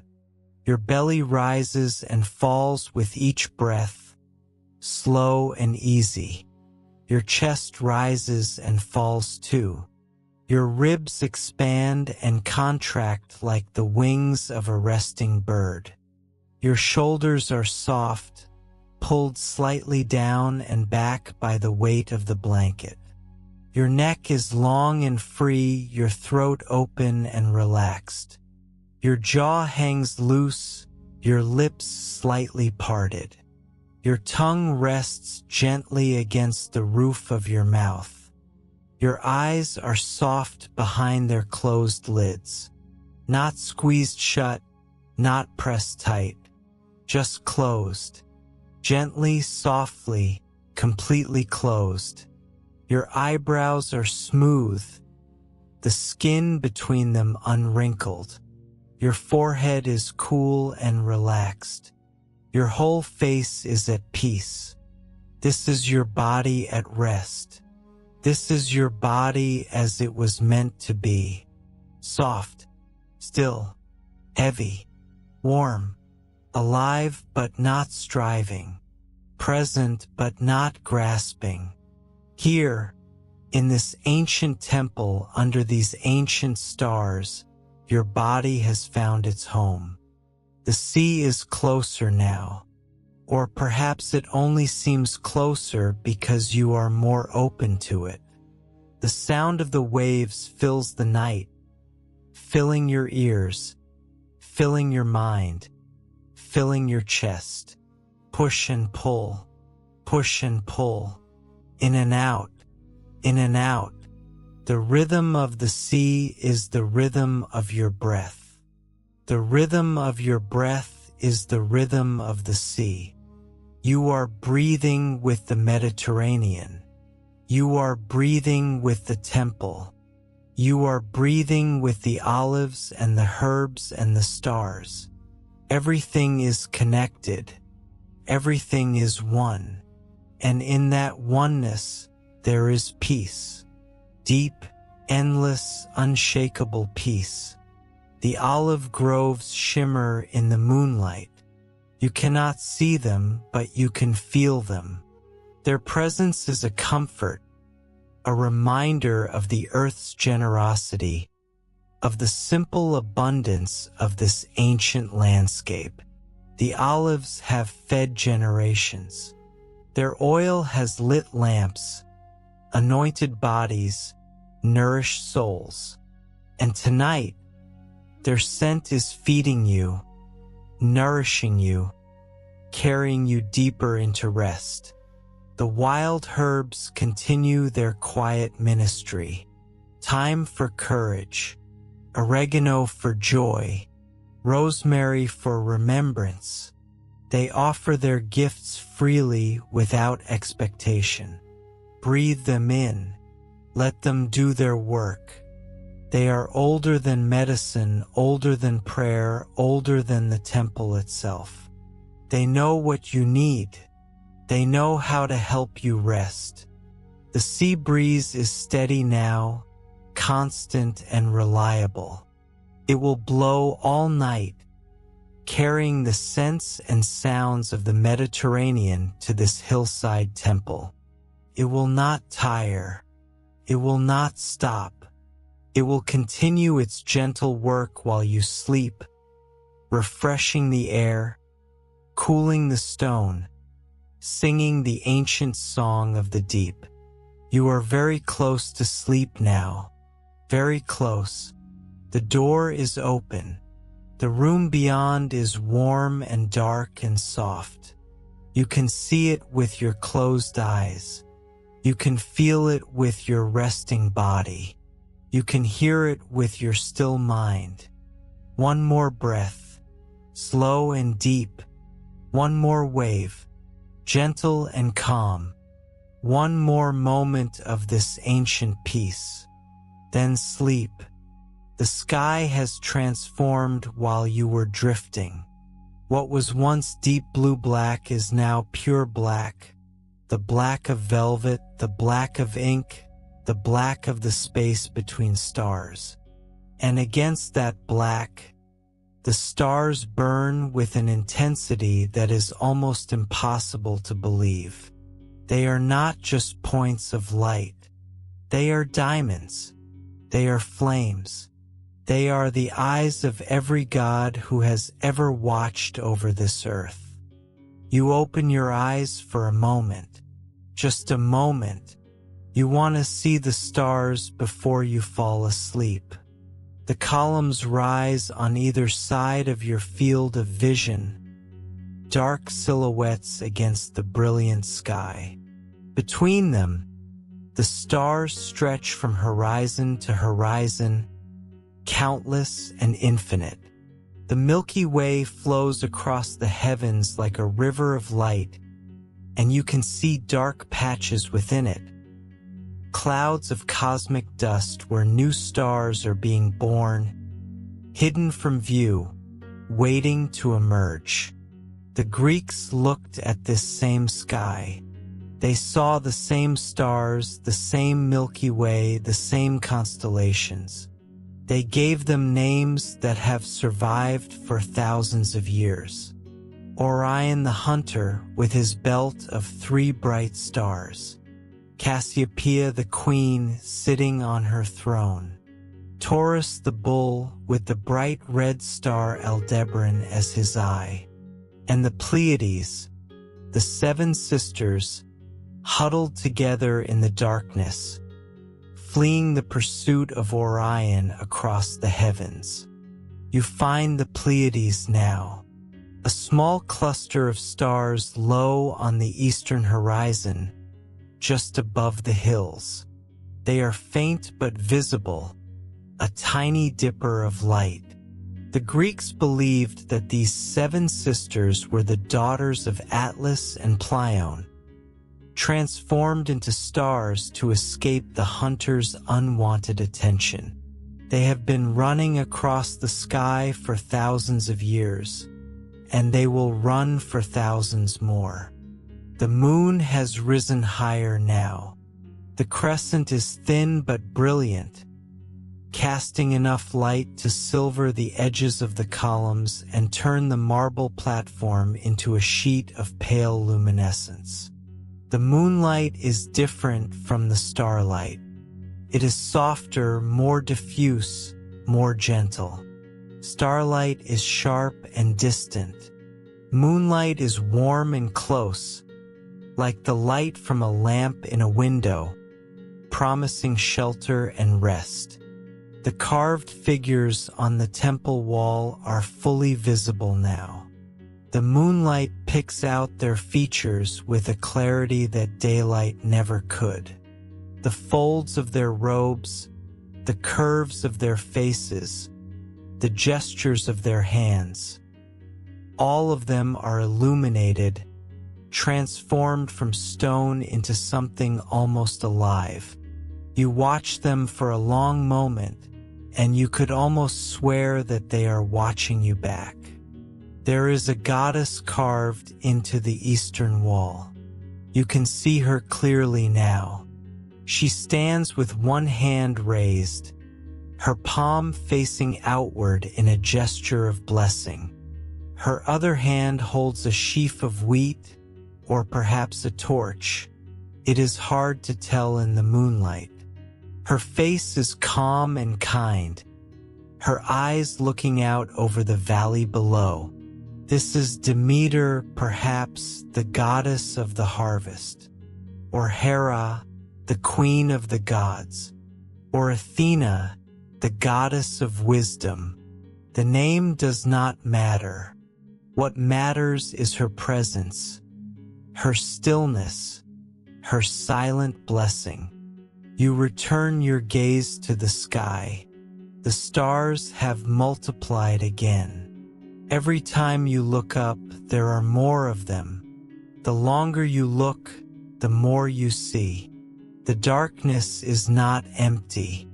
It is full of light, full of fire, full of the energy of a billion suns, all of them burning, all of them shining, all of them sending their light across the vast emptiness of space to reach your eyes on this small hill in this small corner of the universe. The Greeks believed that the stars were the souls of heroes, elevated to the heavens by the gods as a reward for their courage and virtue. Achilles, they said, was in the sky. Helen was there too, and Odysseus, and all the other men and women who had lived lives of such intensity that they could not be allowed to fade into oblivion. They became stars, and they watch over the earth, and they remind us that greatness is possible, that beauty endures, that love is stronger than death. You are not a hero. You are not a goddess. You are just a person, lying on a marble platform, wrapped in a wool blanket, looking up at the stars. But in this moment, that is enough. More than enough. You are exactly where you need to be, doing exactly what you need to be doing. Resting, breathing, being. The columns of the temple are not just columns. They are the legs of the sacred house, the bones of the holy body. They rise from the earth and reach toward the sky, connecting the human world to the divine. The Greeks believed that temples were not built by human hands alone. They were built with the help of the gods, who guided the architects, strengthened the stones, and blessed the finished work. You can feel that blessing now. It is in the stillness of the air. It is in the warmth of the marble. It is in the soft light of the moon and the sharp light of the stars. It is everywhere and nowhere, tangible and intangible, present and absent at the same time. It is the breath of the divine, moving through this sacred space, touching you, blessing you, preparing you for sleep. The sea is still singing. The waves have not stopped. They will not stop. They have been singing for 4 billion years, ever since the first drop of water fell on the first rock. They sang to the dinosaurs. They sang to the first humans. They sang to Socrates and Plato and Aristotle. They sang to Cleopatra and Caesar and Augustus. And now, tonight, they are singing to you. The sound is hypnotic. The rhythm is unvarying but never monotonous. Each wave is the same and different, identical and unique. The sea is a master musician, playing the same note over and over for billions of years, and every time it plays that note, it sounds fresh, new, alive. You could listen to this music forever. You will listen to it for the rest of the night, and it will carry you into sleep and hold you there until morning. The olive trees are dark shapes on the hillside now. The moonlight does not reach them. They have become part of the shadow, part of the darkness, part of the deep earth from which they grow. But you can still smell them. Their scent is stronger now, as if the night has concentrated it, distilled it, made it more potent. The fragrance of olives fills the air, and you breathe it in, and it calms you, grounds you, connects you to this ancient place. The wild herbs are still releasing their scent. Thyme and oregano and rosemary, their volatile oils evaporating into the night air, carried by the breeze to your nostrils. These are the scents of the Mediterranean summer, the scents of sun-baked hillsides and rocky cliffs and clear blue water. They are the scents of Greece, of history, of home. Your body is very heavy now, heavier than it has ever been. The marble seems to pull you down, to hold you, to embrace you. You are not lying on the temple. You are becoming part of the temple. Your body is merging with the stone, your breath with the sacred breath, your soul with the ancient peace of this place. Your eyes close again, or perhaps they were never open. The boundary between seeing and imagining has blurred beyond recognition. You see the stars with your eyes closed. You see the columns. You see the carved figures. You see the moon and the Milky Way and the dark hills beyond. They are all inside you now, carried behind your eyelids, painted on the inside of your skull. The temple is dark now. The moonlight has shifted, moving across the platform, leaving your corner of the sanctuary in shadow. The marble is cool against your back, cool but not cold. The blanket is warm over your body. The contrast between the cool stone and the warm wool is delicious, and you sink deeper into it, deeper into the sensation, deeper into rest.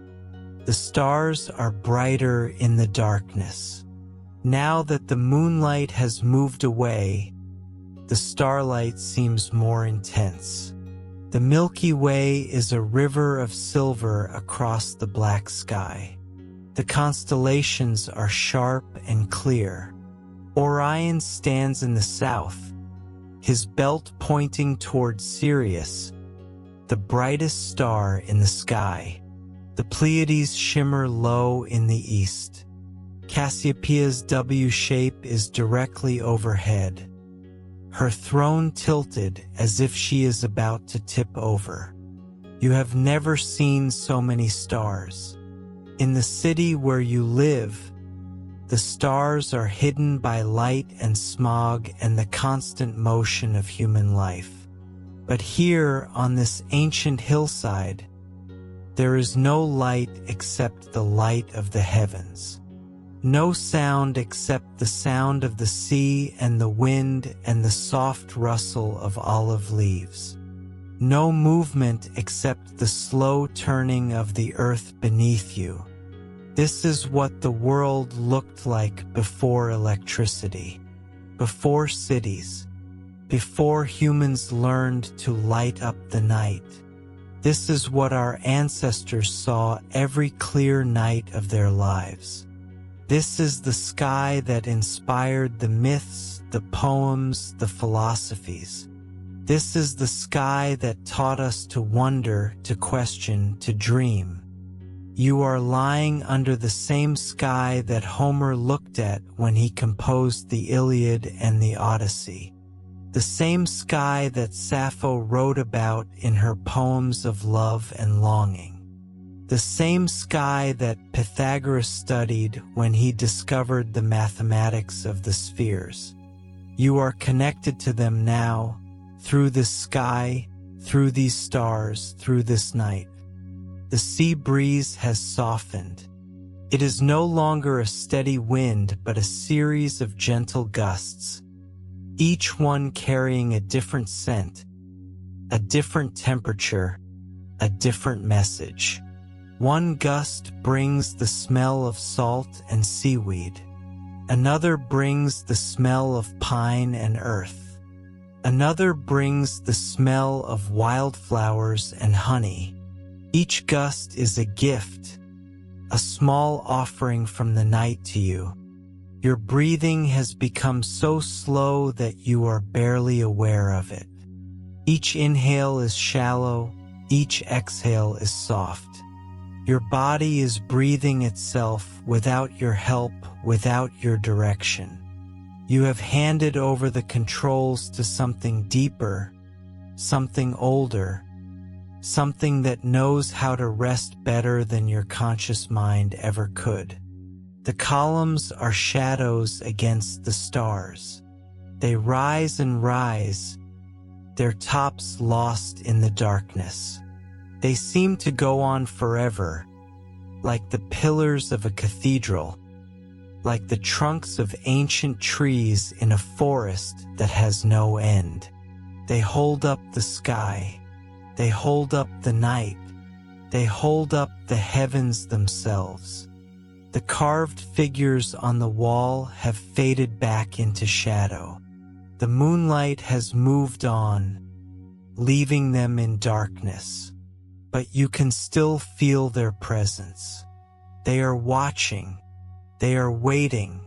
They are keeping vigil over you.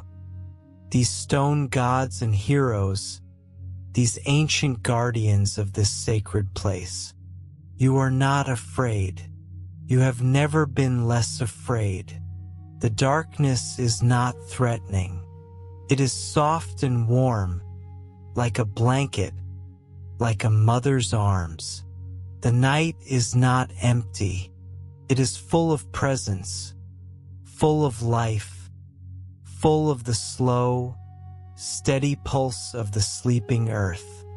The temple is alive, not alive like a person, but alive like a forest, like an ocean, like a mountain. It has its own rhythm, its own breath, its own heart. And tonight, your heart is beating in time with that ancient rhythm. Your breath is flowing with that sacred breath. You are synchronized with the temple, and the temple is synchronized with the stars, and the stars are synchronized with the universe itself. This is the peace that the philosophers wrote about. This is the stillness that the mystics sought. This is the rest that every human being craves, whether they know it or not. And you have found it, not through effort, not through striving, but through surrender, through letting go, through lying down on ancient marble and opening yourself to the night. The starry temple night is deep around you. The stars will continue to burn. The moon will continue to rise. The sea will continue to sing. The olives will continue to scent the air. And you will continue to rest, held by the temple, watched by the gods, carried by the ancient peace of this sacred place. There is nothing more to do, nothing more to think, nothing more to be. Only this, only now, only the stars. The night has reached its deepest point. The stars are at their brightest. The moon has climbed to the center of the sky, and its silver light falls directly on the temple platform, illuminating the marble with a glow that seems almost supernatural. You are lying in the center of that light, wrapped in your blue wool blanket, and the silver touches your face, your hands, the curve of your body beneath the wool. You have not moved in a long time. You are not sure how long. Time has become soft here, elastic, meaningless. The temple exists outside of time, or perhaps inside a different kind of time, a slower time, a time that moves at the pace of stone and stars rather than the pace of clocks and calendars. Minutes have passed, or hours. It does not matter. What matters is the stillness, sacred stillness. That is what the Greeks called this state, issachia. The word itself sounds like what it describes: soft, breathy, gentle. Issachia.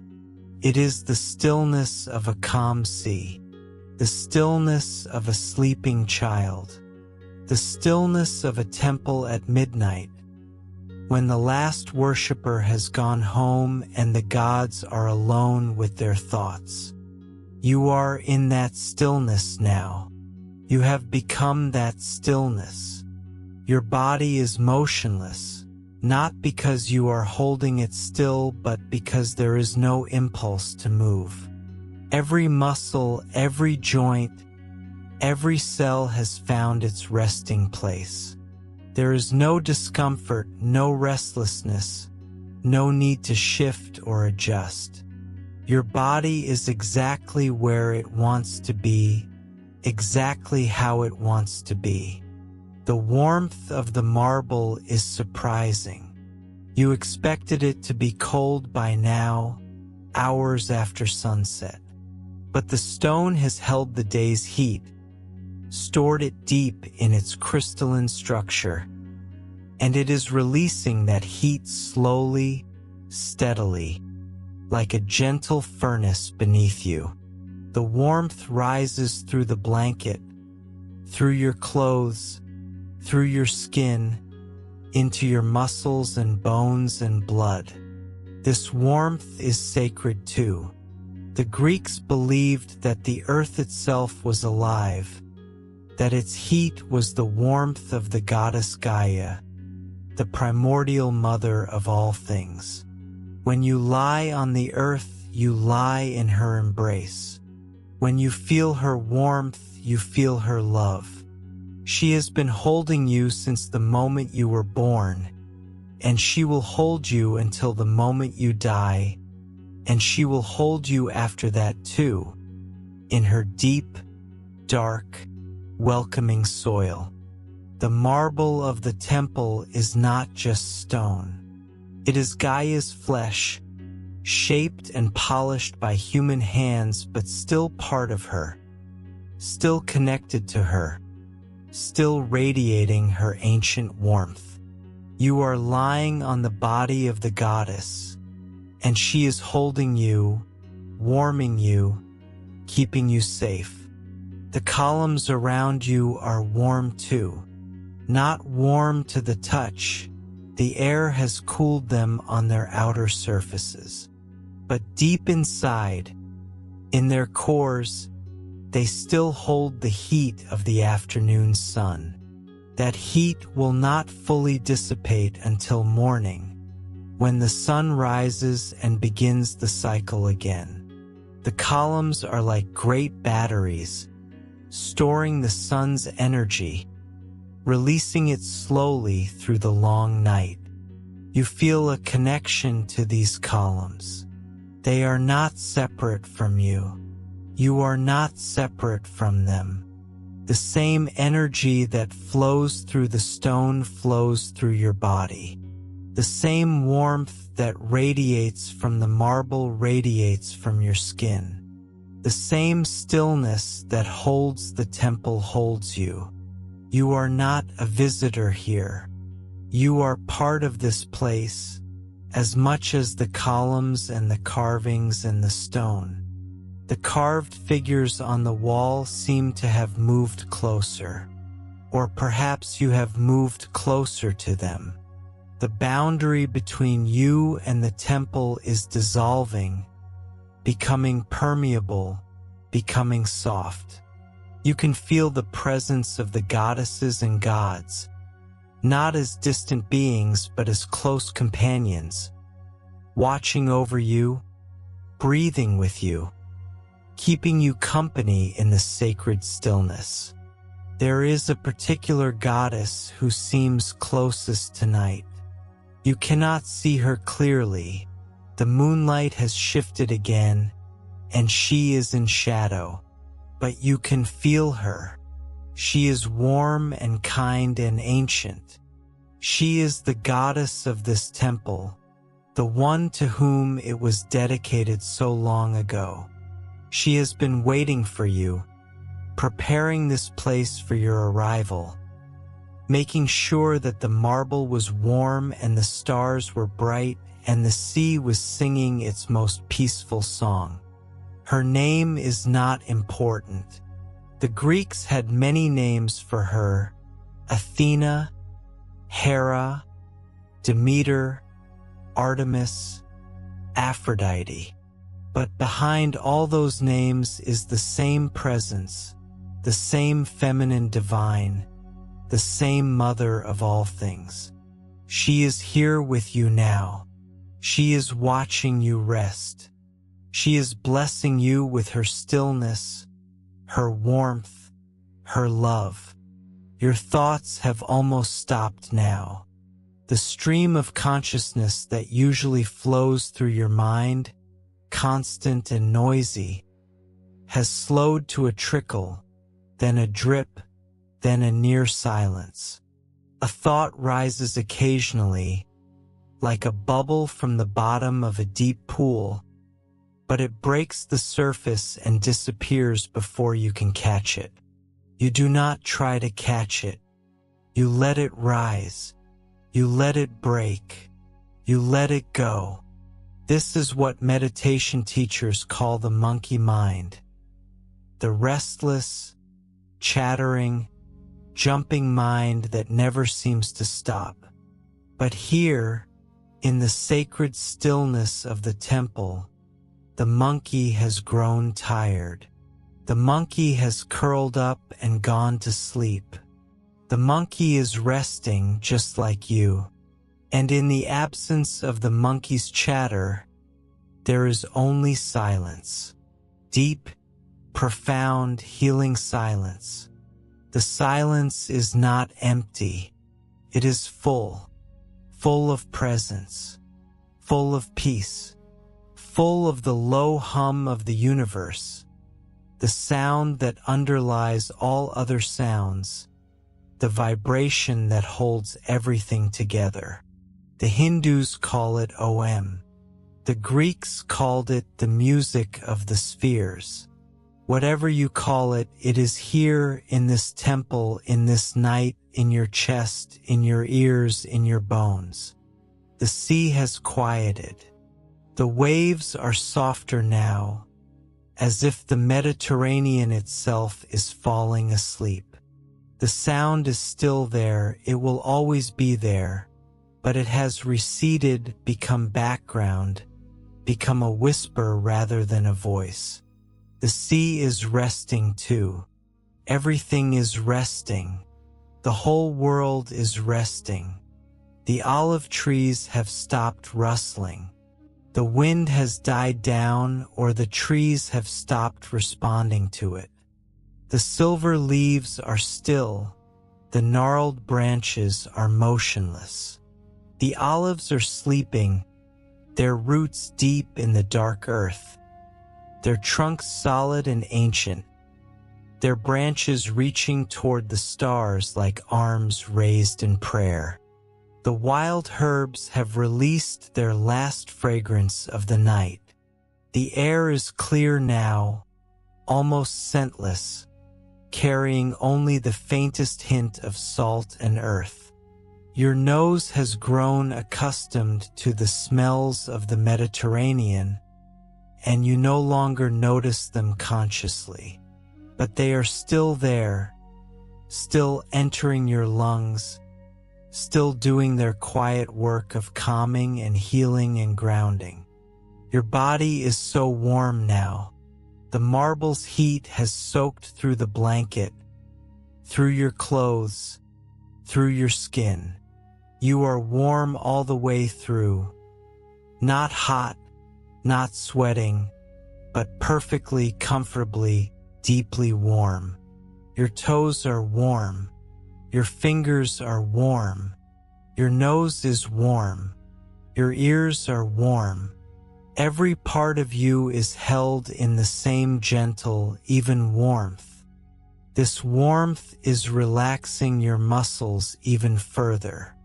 Muscles you did not know were tense are releasing. The small muscles around your eyes, the muscles at the back of your neck, the muscles along your spine, the muscles in your hands and feet. They are letting go, one by one, like knots being untied by patient fingers. Your jaw has dropped open slightly. Your lips are parted. Your tongue is resting on the floor of your mouth. Your teeth are not touching. Your whole face has softened, melted, become as relaxed as a sleeping baby's face. You cannot feel your expression anymore, but if you could see it, you would see peace. Pure, complete, absolute peace. Your breathing is so shallow now that your chest barely moves.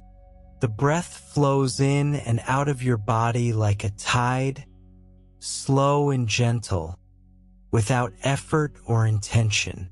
You are not breathing. Breathing is happening to you. The air is entering you and leaving you, and you are simply allowing it, simply receiving it, simply letting it do its work. The sacred stillness deepens. You are falling into it like a stone falling into a deep pool. The surface is far above you now. The light is dimming. The sounds are fading. The temperature is evening out. You are sinking into the depths, and the depths are warm and dark and safe. There is no fear here. Fear lives in the shallow waters, in the bright light, in the noise and chaos of the surface. Down here, in the depths of stillness, there is only peace, only rest, only the slow, steady pulse of your heart, beating in time with the pulse of the earth, the pulse of the sea, the pulse of the stars. You are not asleep yet. You are in the space between waking and sleeping, the liminal space, the threshold. The Greeks called this space hypnos, the realm of the god of sleep. Hypnos is the twin brother of Thanatos, death, and the son of Nyx, the night. He lives in a cave where the river Lethe flows, the river of forgetfulness. To enter his realm is to drink from that river, to let go of memory, to let go of identity, to let go of everything except pure, simple, profound rest. You are standing at the edge of that river now. You can hear it flowing soft and low, like the sea, but different. The river Lethe does not sound like waves. It sounds like silence, like the space between breaths, like the pause between heartbeats. You are thirsty, not for water, but for forgetfulness, for the sweet release of letting go, for the deep, dark peace of complete surrender. The river is right there. You can drink from it whenever you want. All you have to do is lean down and let the water touch your lips. But you do not need to rush. The river is patient. It has been flowing for eternity, and it will continue flowing for eternity. You can drink now or you can drink later. The water will still be there. The forgetfulness will still be there. The rest will still be there. The warmth of the marble is increasing. Or perhaps you are simply more aware of it now that you have sunk so deep. The heat is rising from the stone in waves, like the heat from a sun-baked road. You can feel each wave as it passes through your body, warming you from below, relaxing you from within. This warmth is healing. The Greeks knew that heat was medicine. They built thermal baths across their empire, places where people could soak in hot springs and let the warmth heal their bodies and calm their minds. But the warmth of the temple is different. It is not the wet heat of water.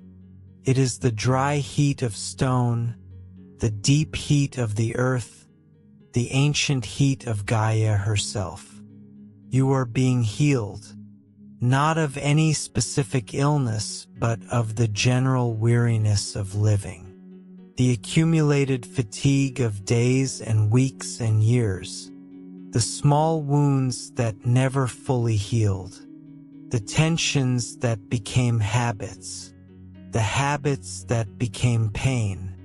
All of it is being released, dissolved, carried away by the warmth of the stone and the stillness of the night. The stars are fading, not disappearing but dimming, as if they are also falling asleep. The Milky Way is less bright than it was an hour ago. The constellations are less sharp. The whole sky is softening, blurring, becoming a gentle wash of light rather than a field of distinct points. This is the deepest hour of the night, the hour when the world is most still, when even the nocturnal creatures have paused in their hunting, when the wind holds its breath, when the sea holds its waves, when time itself seems to stop, to rest, to take a moment of peace before the long climb toward dawn. You are in that hour now. You have reached it. You have traveled through the evening and through the night, and now you are here at the still point, the turning point, the place where everything pauses and breathes and prepares for the next cycle. The temple is holding you. Not just the marble, not just the columns, not just the carved figures. The temple itself, the sacred space, the ancient presence, the accumulated prayers and hopes and dreams of thousands of years, is holding you. You are cradled in the arms of history, in the lap of the divine, in the heart of something much larger than yourself. There is nothing you need to do, nothing you need to fix, nothing you need to remember. The temple remembers for you. The stars remember for you. The sea remembers for you. You can let go. You can let it all go. You can release everything into the sacred stillness, and the sacred stillness will hold it for you, keep it safe. Return it to you in the morning if you want it back. But you will not want it back. Not all of it. Some of it can stay here in this temple on this hillside under these stars. Some of it can dissolve into the marble and the moonlight and the music of the sea. Some of it does not need to return to your waking life. Some of it can rest here forever. The warmth is spreading through your chest now, a particular warmth centered around your heart. It feels like a small sun has ignited in your ribcage, radiating heat and light and love through your entire body. This is the warmth of the goddess, the warmth of the temple, the warmth of the sacred stillness entering your heart and making its home there. Your heart is opening, not physically but energetically. The walls you have built around it, the defenses you have constructed, the barriers you have erected, all of them are softening, melting, dissolving in the warmth of this sacred place. Your heart is expanding, growing larger, making room for something new, something old actually, something ancient, something that has been there all along but that you could not feel because you were too busy, too distracted, too defended. Now you can feel it. Love. Not romantic love, not familial love, not the love of any particular person or thing. Something larger, something more general. The love that holds the universe together. The love that makes the stars shine and the waves move and the olive trees grow. The love that has brought you here, to this temple on this night, to rest. You are crying, not sobbing, not weeping, but crying softly, silently. Tears are leaking from the corners of your closed eyes, running down your temples, into your hair. They are warm like the marble. They are salty like the sea. They are the tears of release, the tears of surrender, the tears of a heart that has finally, after a long time, allowed itself to rest. The tears are not sad. They are not happy either. They are simply the overflow of too much feeling, too much beauty, too much peace. Your body is releasing what it no longer needs to carry, and the tears are part of that release. Let them come. Let them flow. Let them fall onto the warm marble, where they will evaporate into the night air and join the sea and the stars and the sacred stillness. Your hands have moved. You do not remember moving them, but now they are resting on your chest, one on top of the other, over your heart. Your palms are warm against your breastbone. Your fingers are curled loosely. You can feel your heartbeat under your hands, slow and steady and strong. Your heartbeat is the same as the temple's heartbeat, the same as the sea's rhythm, the same as the star's vibration. You are not separate from anything. You have never been separate.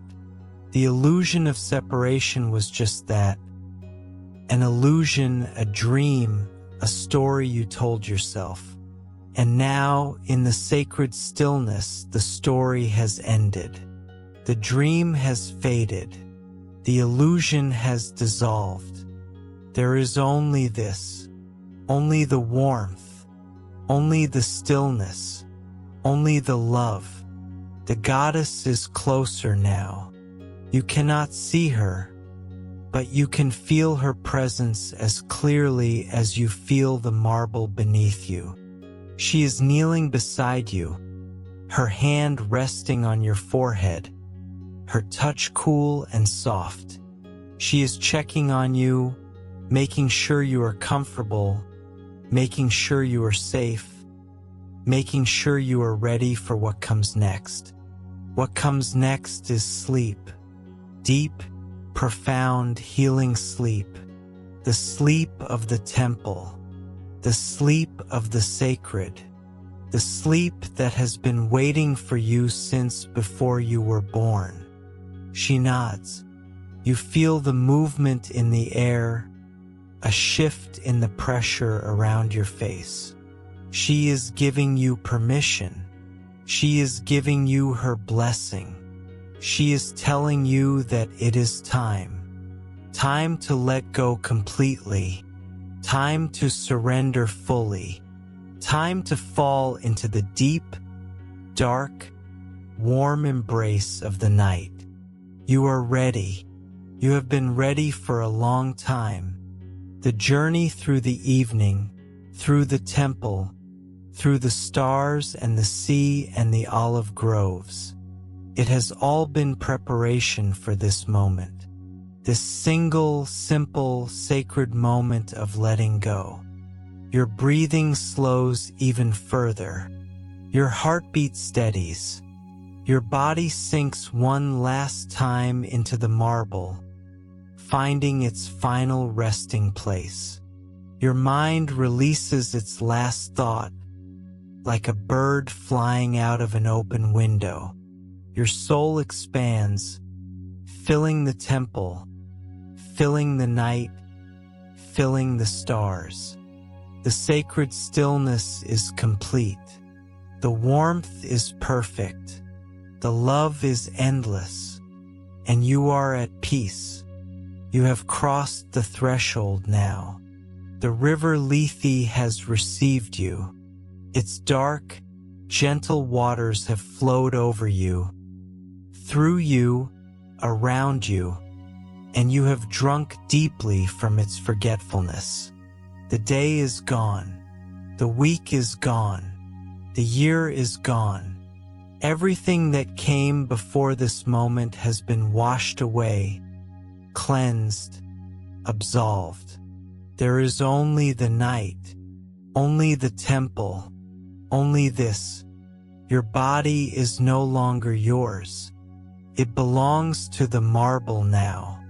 Your breath is no longer yours. It belongs to the sea. Your mind is no longer yours. It belongs to the stars. You have given everything away, surrendered everything, released everything. And in that surrender, you have gained something greater than anything you let go. You have gained peace. True, deep, unshakable peace.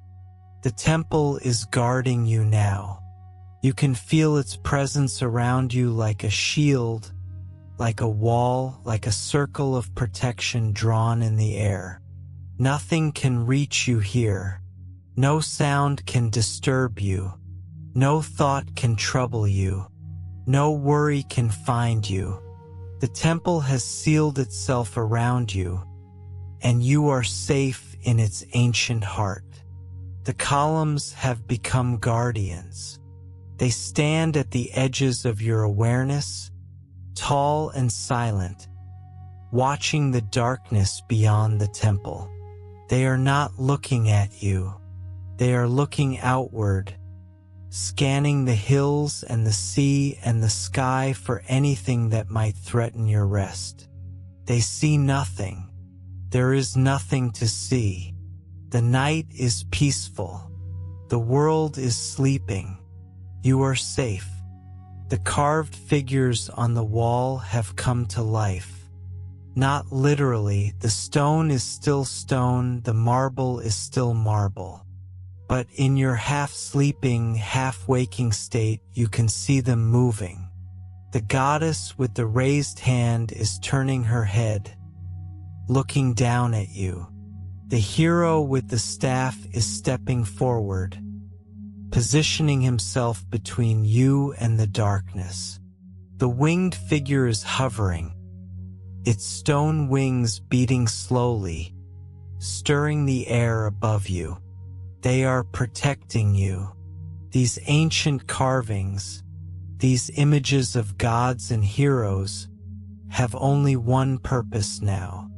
Not to be beautiful, though they are beautiful. Not to be admired, though they are worthy of admiration. But to protect, to guard, to keep watch while you sleep. The Greeks believed that temples were not just buildings. They were living beings, ensouled by the gods who dwelt within them. The stone itself was alive, conscious, aware, could see and hear and feel. It could love and protect and bless. And tonight, that living stone is focused entirely on you. You are the only person in the temple, the only worshiper, the only pilgrim, the only soul seeking rest. And the temple has given itself to you completely. Its warmth is your warmth. The stillness is your stillness. Its peace is your peace. You and the temple have become one, merged in the sacred darkness of this ancient night. The sea has become a lullaby. Its waves are no longer waves. They are the voice of your mother, singing to you from far away. They are the hum of your childhood home, the sound of safety and love and belonging. The sea is singing you to sleep, as it has sung countless others to sleep for thousands of years. You are not the first to rest to this music. You will not be the last. But tonight, the sea is singing only for you. The olive trees have become a blanket, not the wool blanket that covers your body, but a different blanket. A blanket of scent and sound and presence. They surround the temple like a protective ring, their ancient roots holding the earth together, their ancient branches holding the sky in place. Nothing can pass through the olive grove without their permission. And tonight, they have given permission only to the wind and the stars and the moonlight. The wild herbs have become medicine, not the medicine of the body, though they are that too, the medicine of the soul. Their fragrances have entered your lungs, your blood, your brain. They are calming you, healing you, restoring you. The thyme is giving you courage. The oregano is giving you joy. The rosemary is giving you memory. Not the memory of your day, but the memory of your true self, the self that existed before worry and fear and exhaustion. Your true self is here with you now, lying on this marble, wrapped in this blanket. You have returned to who you really are, not the person with the responsibilities and the problems and the endless to-do lists. The person beneath all that, the soul beneath all that, the spark of divine light that has been burning inside you since the moment you were born. That spark is still burning. It has never gone out. No matter how tired you have been, no matter how lost or alone or overwhelmed, that spark has remained. And here, in the sacred stillness of the temple, it is blazing, not with fire, but with warmth, not with light, but with love. You can feel it in your chest, in your heart, in the center of your being. Your dreams are beginning, not the dreams you will have when you are fully asleep, but the dreams that come in the borderland between waking and sleeping. Hypnagogic dreams, the scientists call them. The Greeks called them the messages of Hypnos, the god of sleep.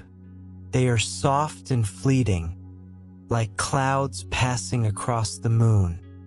like fish swimming just below the surface of a still pond. You see images, faces you have known, places you have loved, moments from your past that have been waiting in the darkness, ready to visit you when you were finally still enough to receive them. They are not troubling. They are not exciting. They are simply there, passing through, leaving traces of themselves in your memory. The goddess is still with you. Her hand is still on your forehead, cool and soft. Her presence is still around you, warm and kind. She is whispering something. You cannot hear the words, but you understand the meaning.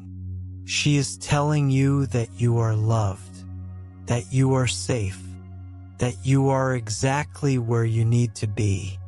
You believe her, not because you have any reason to believe her, not because you have proof or evidence or logical argument. You believe her because you can feel the truth of her words in your body, in your heart, in your soul. You are loved. You are safe. You are exactly where you need to be. The stars have stopped moving. They are fixed in the sky now, frozen in their positions, as if the universe has paused to watch you sleep. The Milky Way is a river of frozen light, no longer flowing, no longer changing. The constellations are still and sharp, their outlines clear against the blackness. Even the stars are resting now, holding their breath, waiting. The moon has begun its descent. You cannot see it from your position, but you can feel the change in the light. The silver glow is shifting, moving toward the western horizon, preparing for the dawn that is still hours away.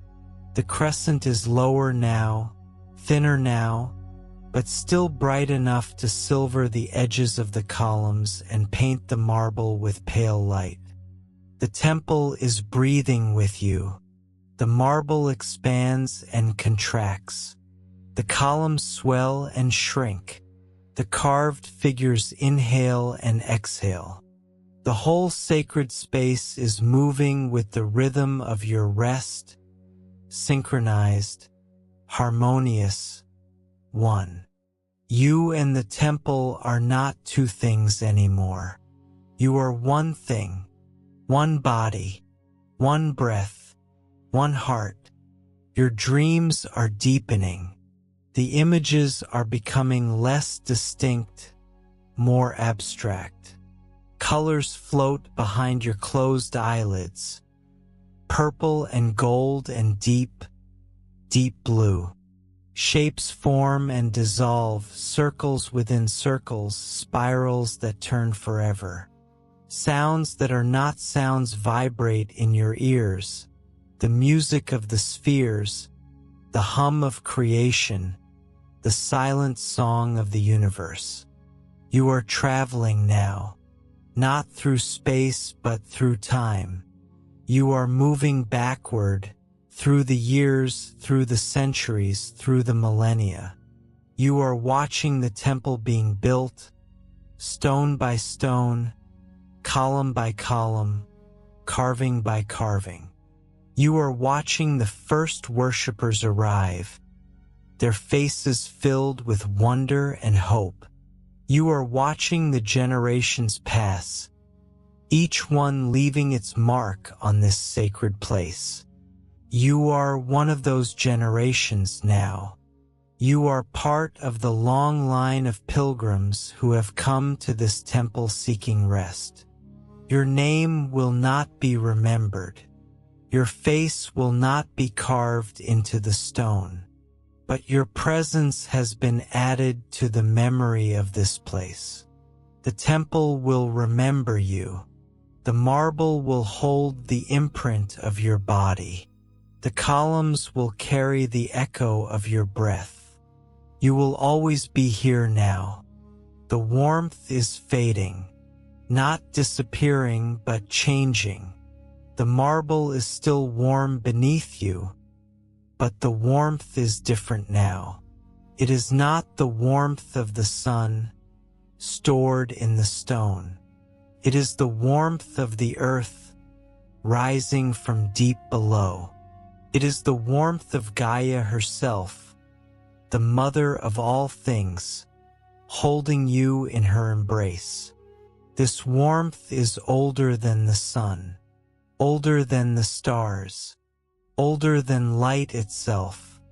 It is the warmth of creation, the heat of the original fire, the energy that set the universe in motion and has been flowing through it ever since. You are lying in the palm of that fire, and it is not burning you. It is holding you. It is loving you. It is calling you home. Your eyes are so heavy now. You cannot open them even if you wanted to. The lids are sealed, as if by a gentle glue, as if by the touch of the goddess herself. You do not want to open them. There is nothing you need to see that you cannot see better with your eyes closed. The temple is inside you now. The stars are inside you. The sea is inside you.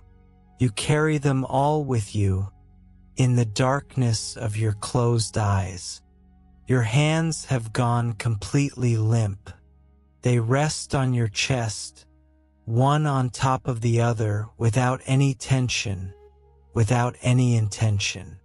They are just hands, resting, being held by the blanket and the marble and the night.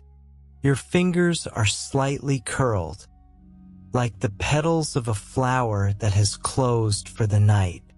Your palms are warm against each other, sharing the last traces of your body's heat. Your feet have disappeared. You cannot feel them anymore. They are somewhere at the far end of the blanket, warm and still, but they have dissolved into the general sensation of rest. Your legs have disappeared too. Your hips, your belly, your chest. Your body is fading, becoming less solid, less distinct, more like a cloud than a collection of bones and muscles and organs. This is what it feels like to sleep. Not the sudden loss of consciousness, but the gradual dissolution of the self. The slow melting of the ego into the great ocean of being. You are not falling asleep. You are floating into sleep, drifting into sleep, dissolving into sleep. The temple is holding you. The columns are watching.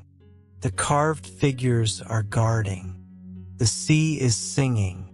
The stars are shining. The olive trees are scenting. The wild herbs are healing. Everything is in its place. Everything is as it should be. There is nothing more to say. No more words are needed. The story has brought you here to this moment, to this edge, to this threshold. And now the story falls silent. Now the words stop. Now there is only the night and the temple and you. Sleep is here. It has been waiting for you. It is patient and kind and gentle. It will not rush you. It will not force you. It will simply be here, at the edge of your awareness, until you are ready to step into its arms. The goddess leans close. You feel her breath on your face, warm and sweet, like honey, like milk, like the first breath of a summer morning. She kisses your forehead. Her lips are soft and cool. The kiss lingers, a small point of peace on your skin. Sleep, she whispers. not in words but in feeling. Sleep, and I will watch over you. You believe her, you trust her, you give yourself to her, and then you let go. Completely, absolutely, finally. The temple is dark. The stars are bright. The sea is singing. The night is deep. And you are sleeping. You are sleeping. Not the shallow, restless sleep of a worried mind. Not the half-sleep of someone who is still holding on, still trying to control, still afraid to let go. You are sleeping the deep sleep, the true sleep, the sleep that comes only when every part of you, body, mind, and spirit, has surrendered completely to rest. The temple knows you are sleeping, can feel the change in your breathing, the softening of your muscles, the slowing of your heart. The marble beneath you has molded itself to your shape, creating a perfect cradle for your resting body. The warmth of the stone has found the exact temperature that your skin needs, and it is holding that temperature steady and constant as the night deepens. The columns have relaxed their watch, not because they are no longer guarding you, but because there is nothing left to guard against. The night is peaceful. The world is still. The only movement is the slow, gentle rise and fall of your chest. The only sound is the soft whisper of your breath. The carved figures on the wall have settled back into their stone. They are no longer moving, no longer watching, no longer protecting. They have done their work. They have guided you safely into sleep. Now they rest too. Their stone faces peaceful, their stone hands still, their stone eyes closed in eternal meditation. The sea has become a whisper. The waves still move against the shore, but the sound is so soft now that you would not hear it if you were awake. But you are not awake. You are asleep. And in your sleep, the sea's whisper becomes part of your dreams, the background music of your rest, the foundation upon which your sleeping mind builds its quiet visions. The olive trees have stopped rustling. The wind has died completely, leaving the silver leaves motionless, the gnarled branches still. The trees are sleeping too.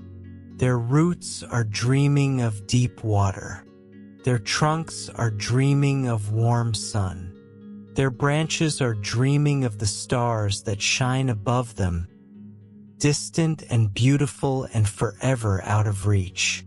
The wild herbs have stopped releasing their fragrance.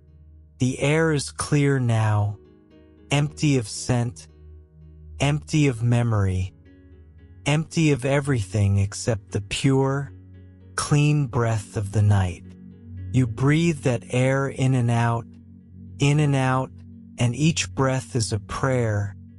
Each exhale is a blessing. Each pause between breaths is a moment of perfect, complete, eternal peace.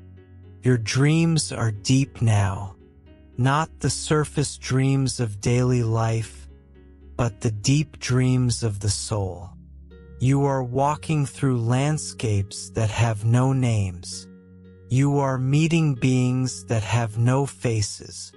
You are experiencing feelings that have no words. This is the language of sleep, the ancient tongue that every human being speaks, the mother tongue of the soul. The temple is holding your dreams, not interpreting them, not changing them, not judging them, simply holding them like a bowl holds water, like a cup holds wine. Your dreams are safe here.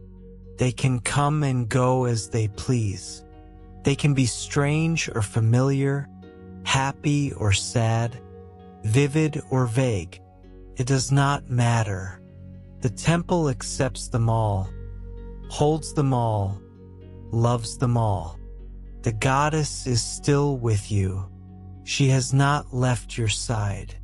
She sits on the marble beside you, her stone robe pooling around her, her stone hand resting on your shoulder. She is not awake, not asleep, but somewhere in between, like the temple itself. She is keeping vigil, watching over your dreams, making sure that nothing disturbs your rest. Her presence is comforting. Even in your deep sleep, you can feel her. A warmth on your shoulder, a softness in the air around you, a sense of being watched over, cared for, loved. This is the gift of the temple. Not just a place to sleep, but a presence to sleep with. Not just shelter, but companionship. Not just rest, but love. The stars are fading now. Not because the night is ending, it is still deep night with hours until dawn, but because your awareness has turned inward, away from the external world, away from the sky and the sea and the hills. You are no longer looking at the stars. You are the stars. You are the light. You are the vast, dark, beautiful space between them. Your breath is so shallow now that it is almost invisible. A small movement in your chest, a slight flutter in your nostrils. That is all. Your body needs very little oxygen when it is truly resting. It has slowed down, powered down, entered a state of deep conservation. Every cell is resting. Every organ is resting. Every system is resting. Your heart is beating slowly, so slowly. The space between beats is long and peaceful. Your heart is not working. It is resting too, taking its time, enjoying the pause between one beat and the next. Lube, pause, dub, pause, lube, pause, dub. This is the rhythm of deep sleep. This is the music of the resting heart. Your brain has changed its frequency. The rapid, choppy waves of waking consciousness have given way to the long, slow waves of deep sleep. Delta waves, the scientists call them. The Greeks had another name. They called them the waves of Hypnos, the god of sleep.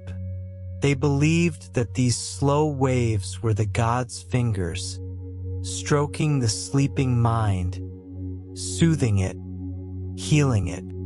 Your mind is healing, not from any specific wound, but from the general wear of living, the accumulated fatigue of days and weeks and years, the small injuries that never fully healed, the large ones that left scars.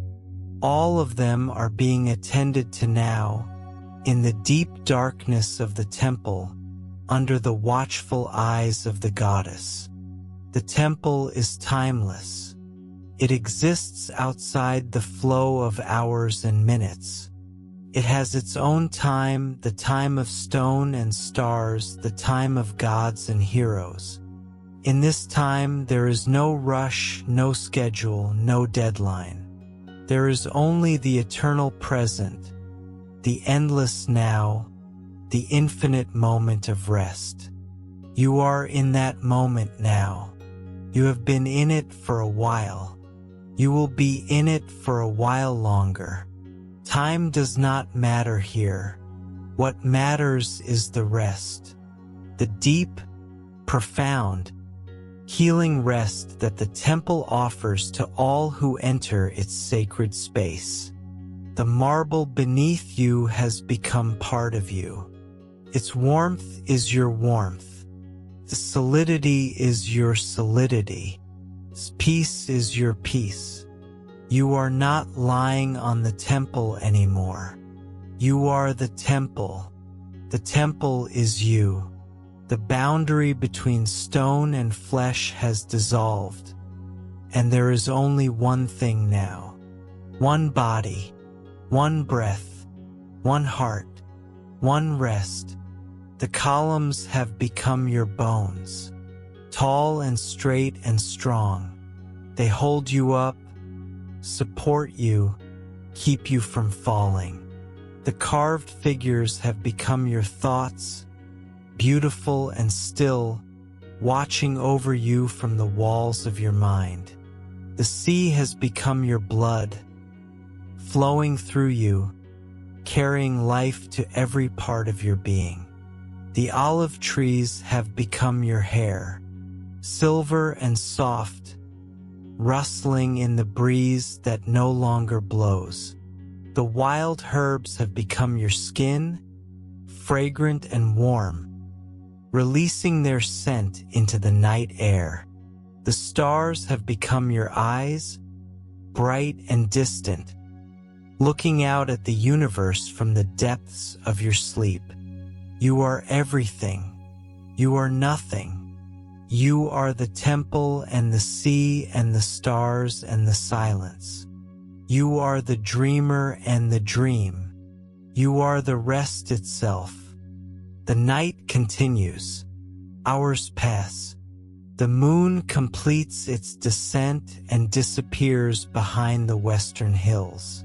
The stars rotate slowly across the sky, the constellations moving in their ancient dance. The sea continues its endless conversation with the shore. The olive trees wait for dawn. The wild herbs wait for the sun. And you sleep, deeply, peacefully, completely. The temple watches over you. It will watch over you all night. It will keep the darkness soft and the silence deep and the warmth steady. It will guard your dreams and protect your rest and hold you in its ancient embrace until the first light of morning touches the eastern sky. But that is a long time from now. Hours and hours. There is no need to think about morning. Morning does not exist yet. There is only the night, only the temple, only the rest. You are safe. You are still. You are at peace. Sleep,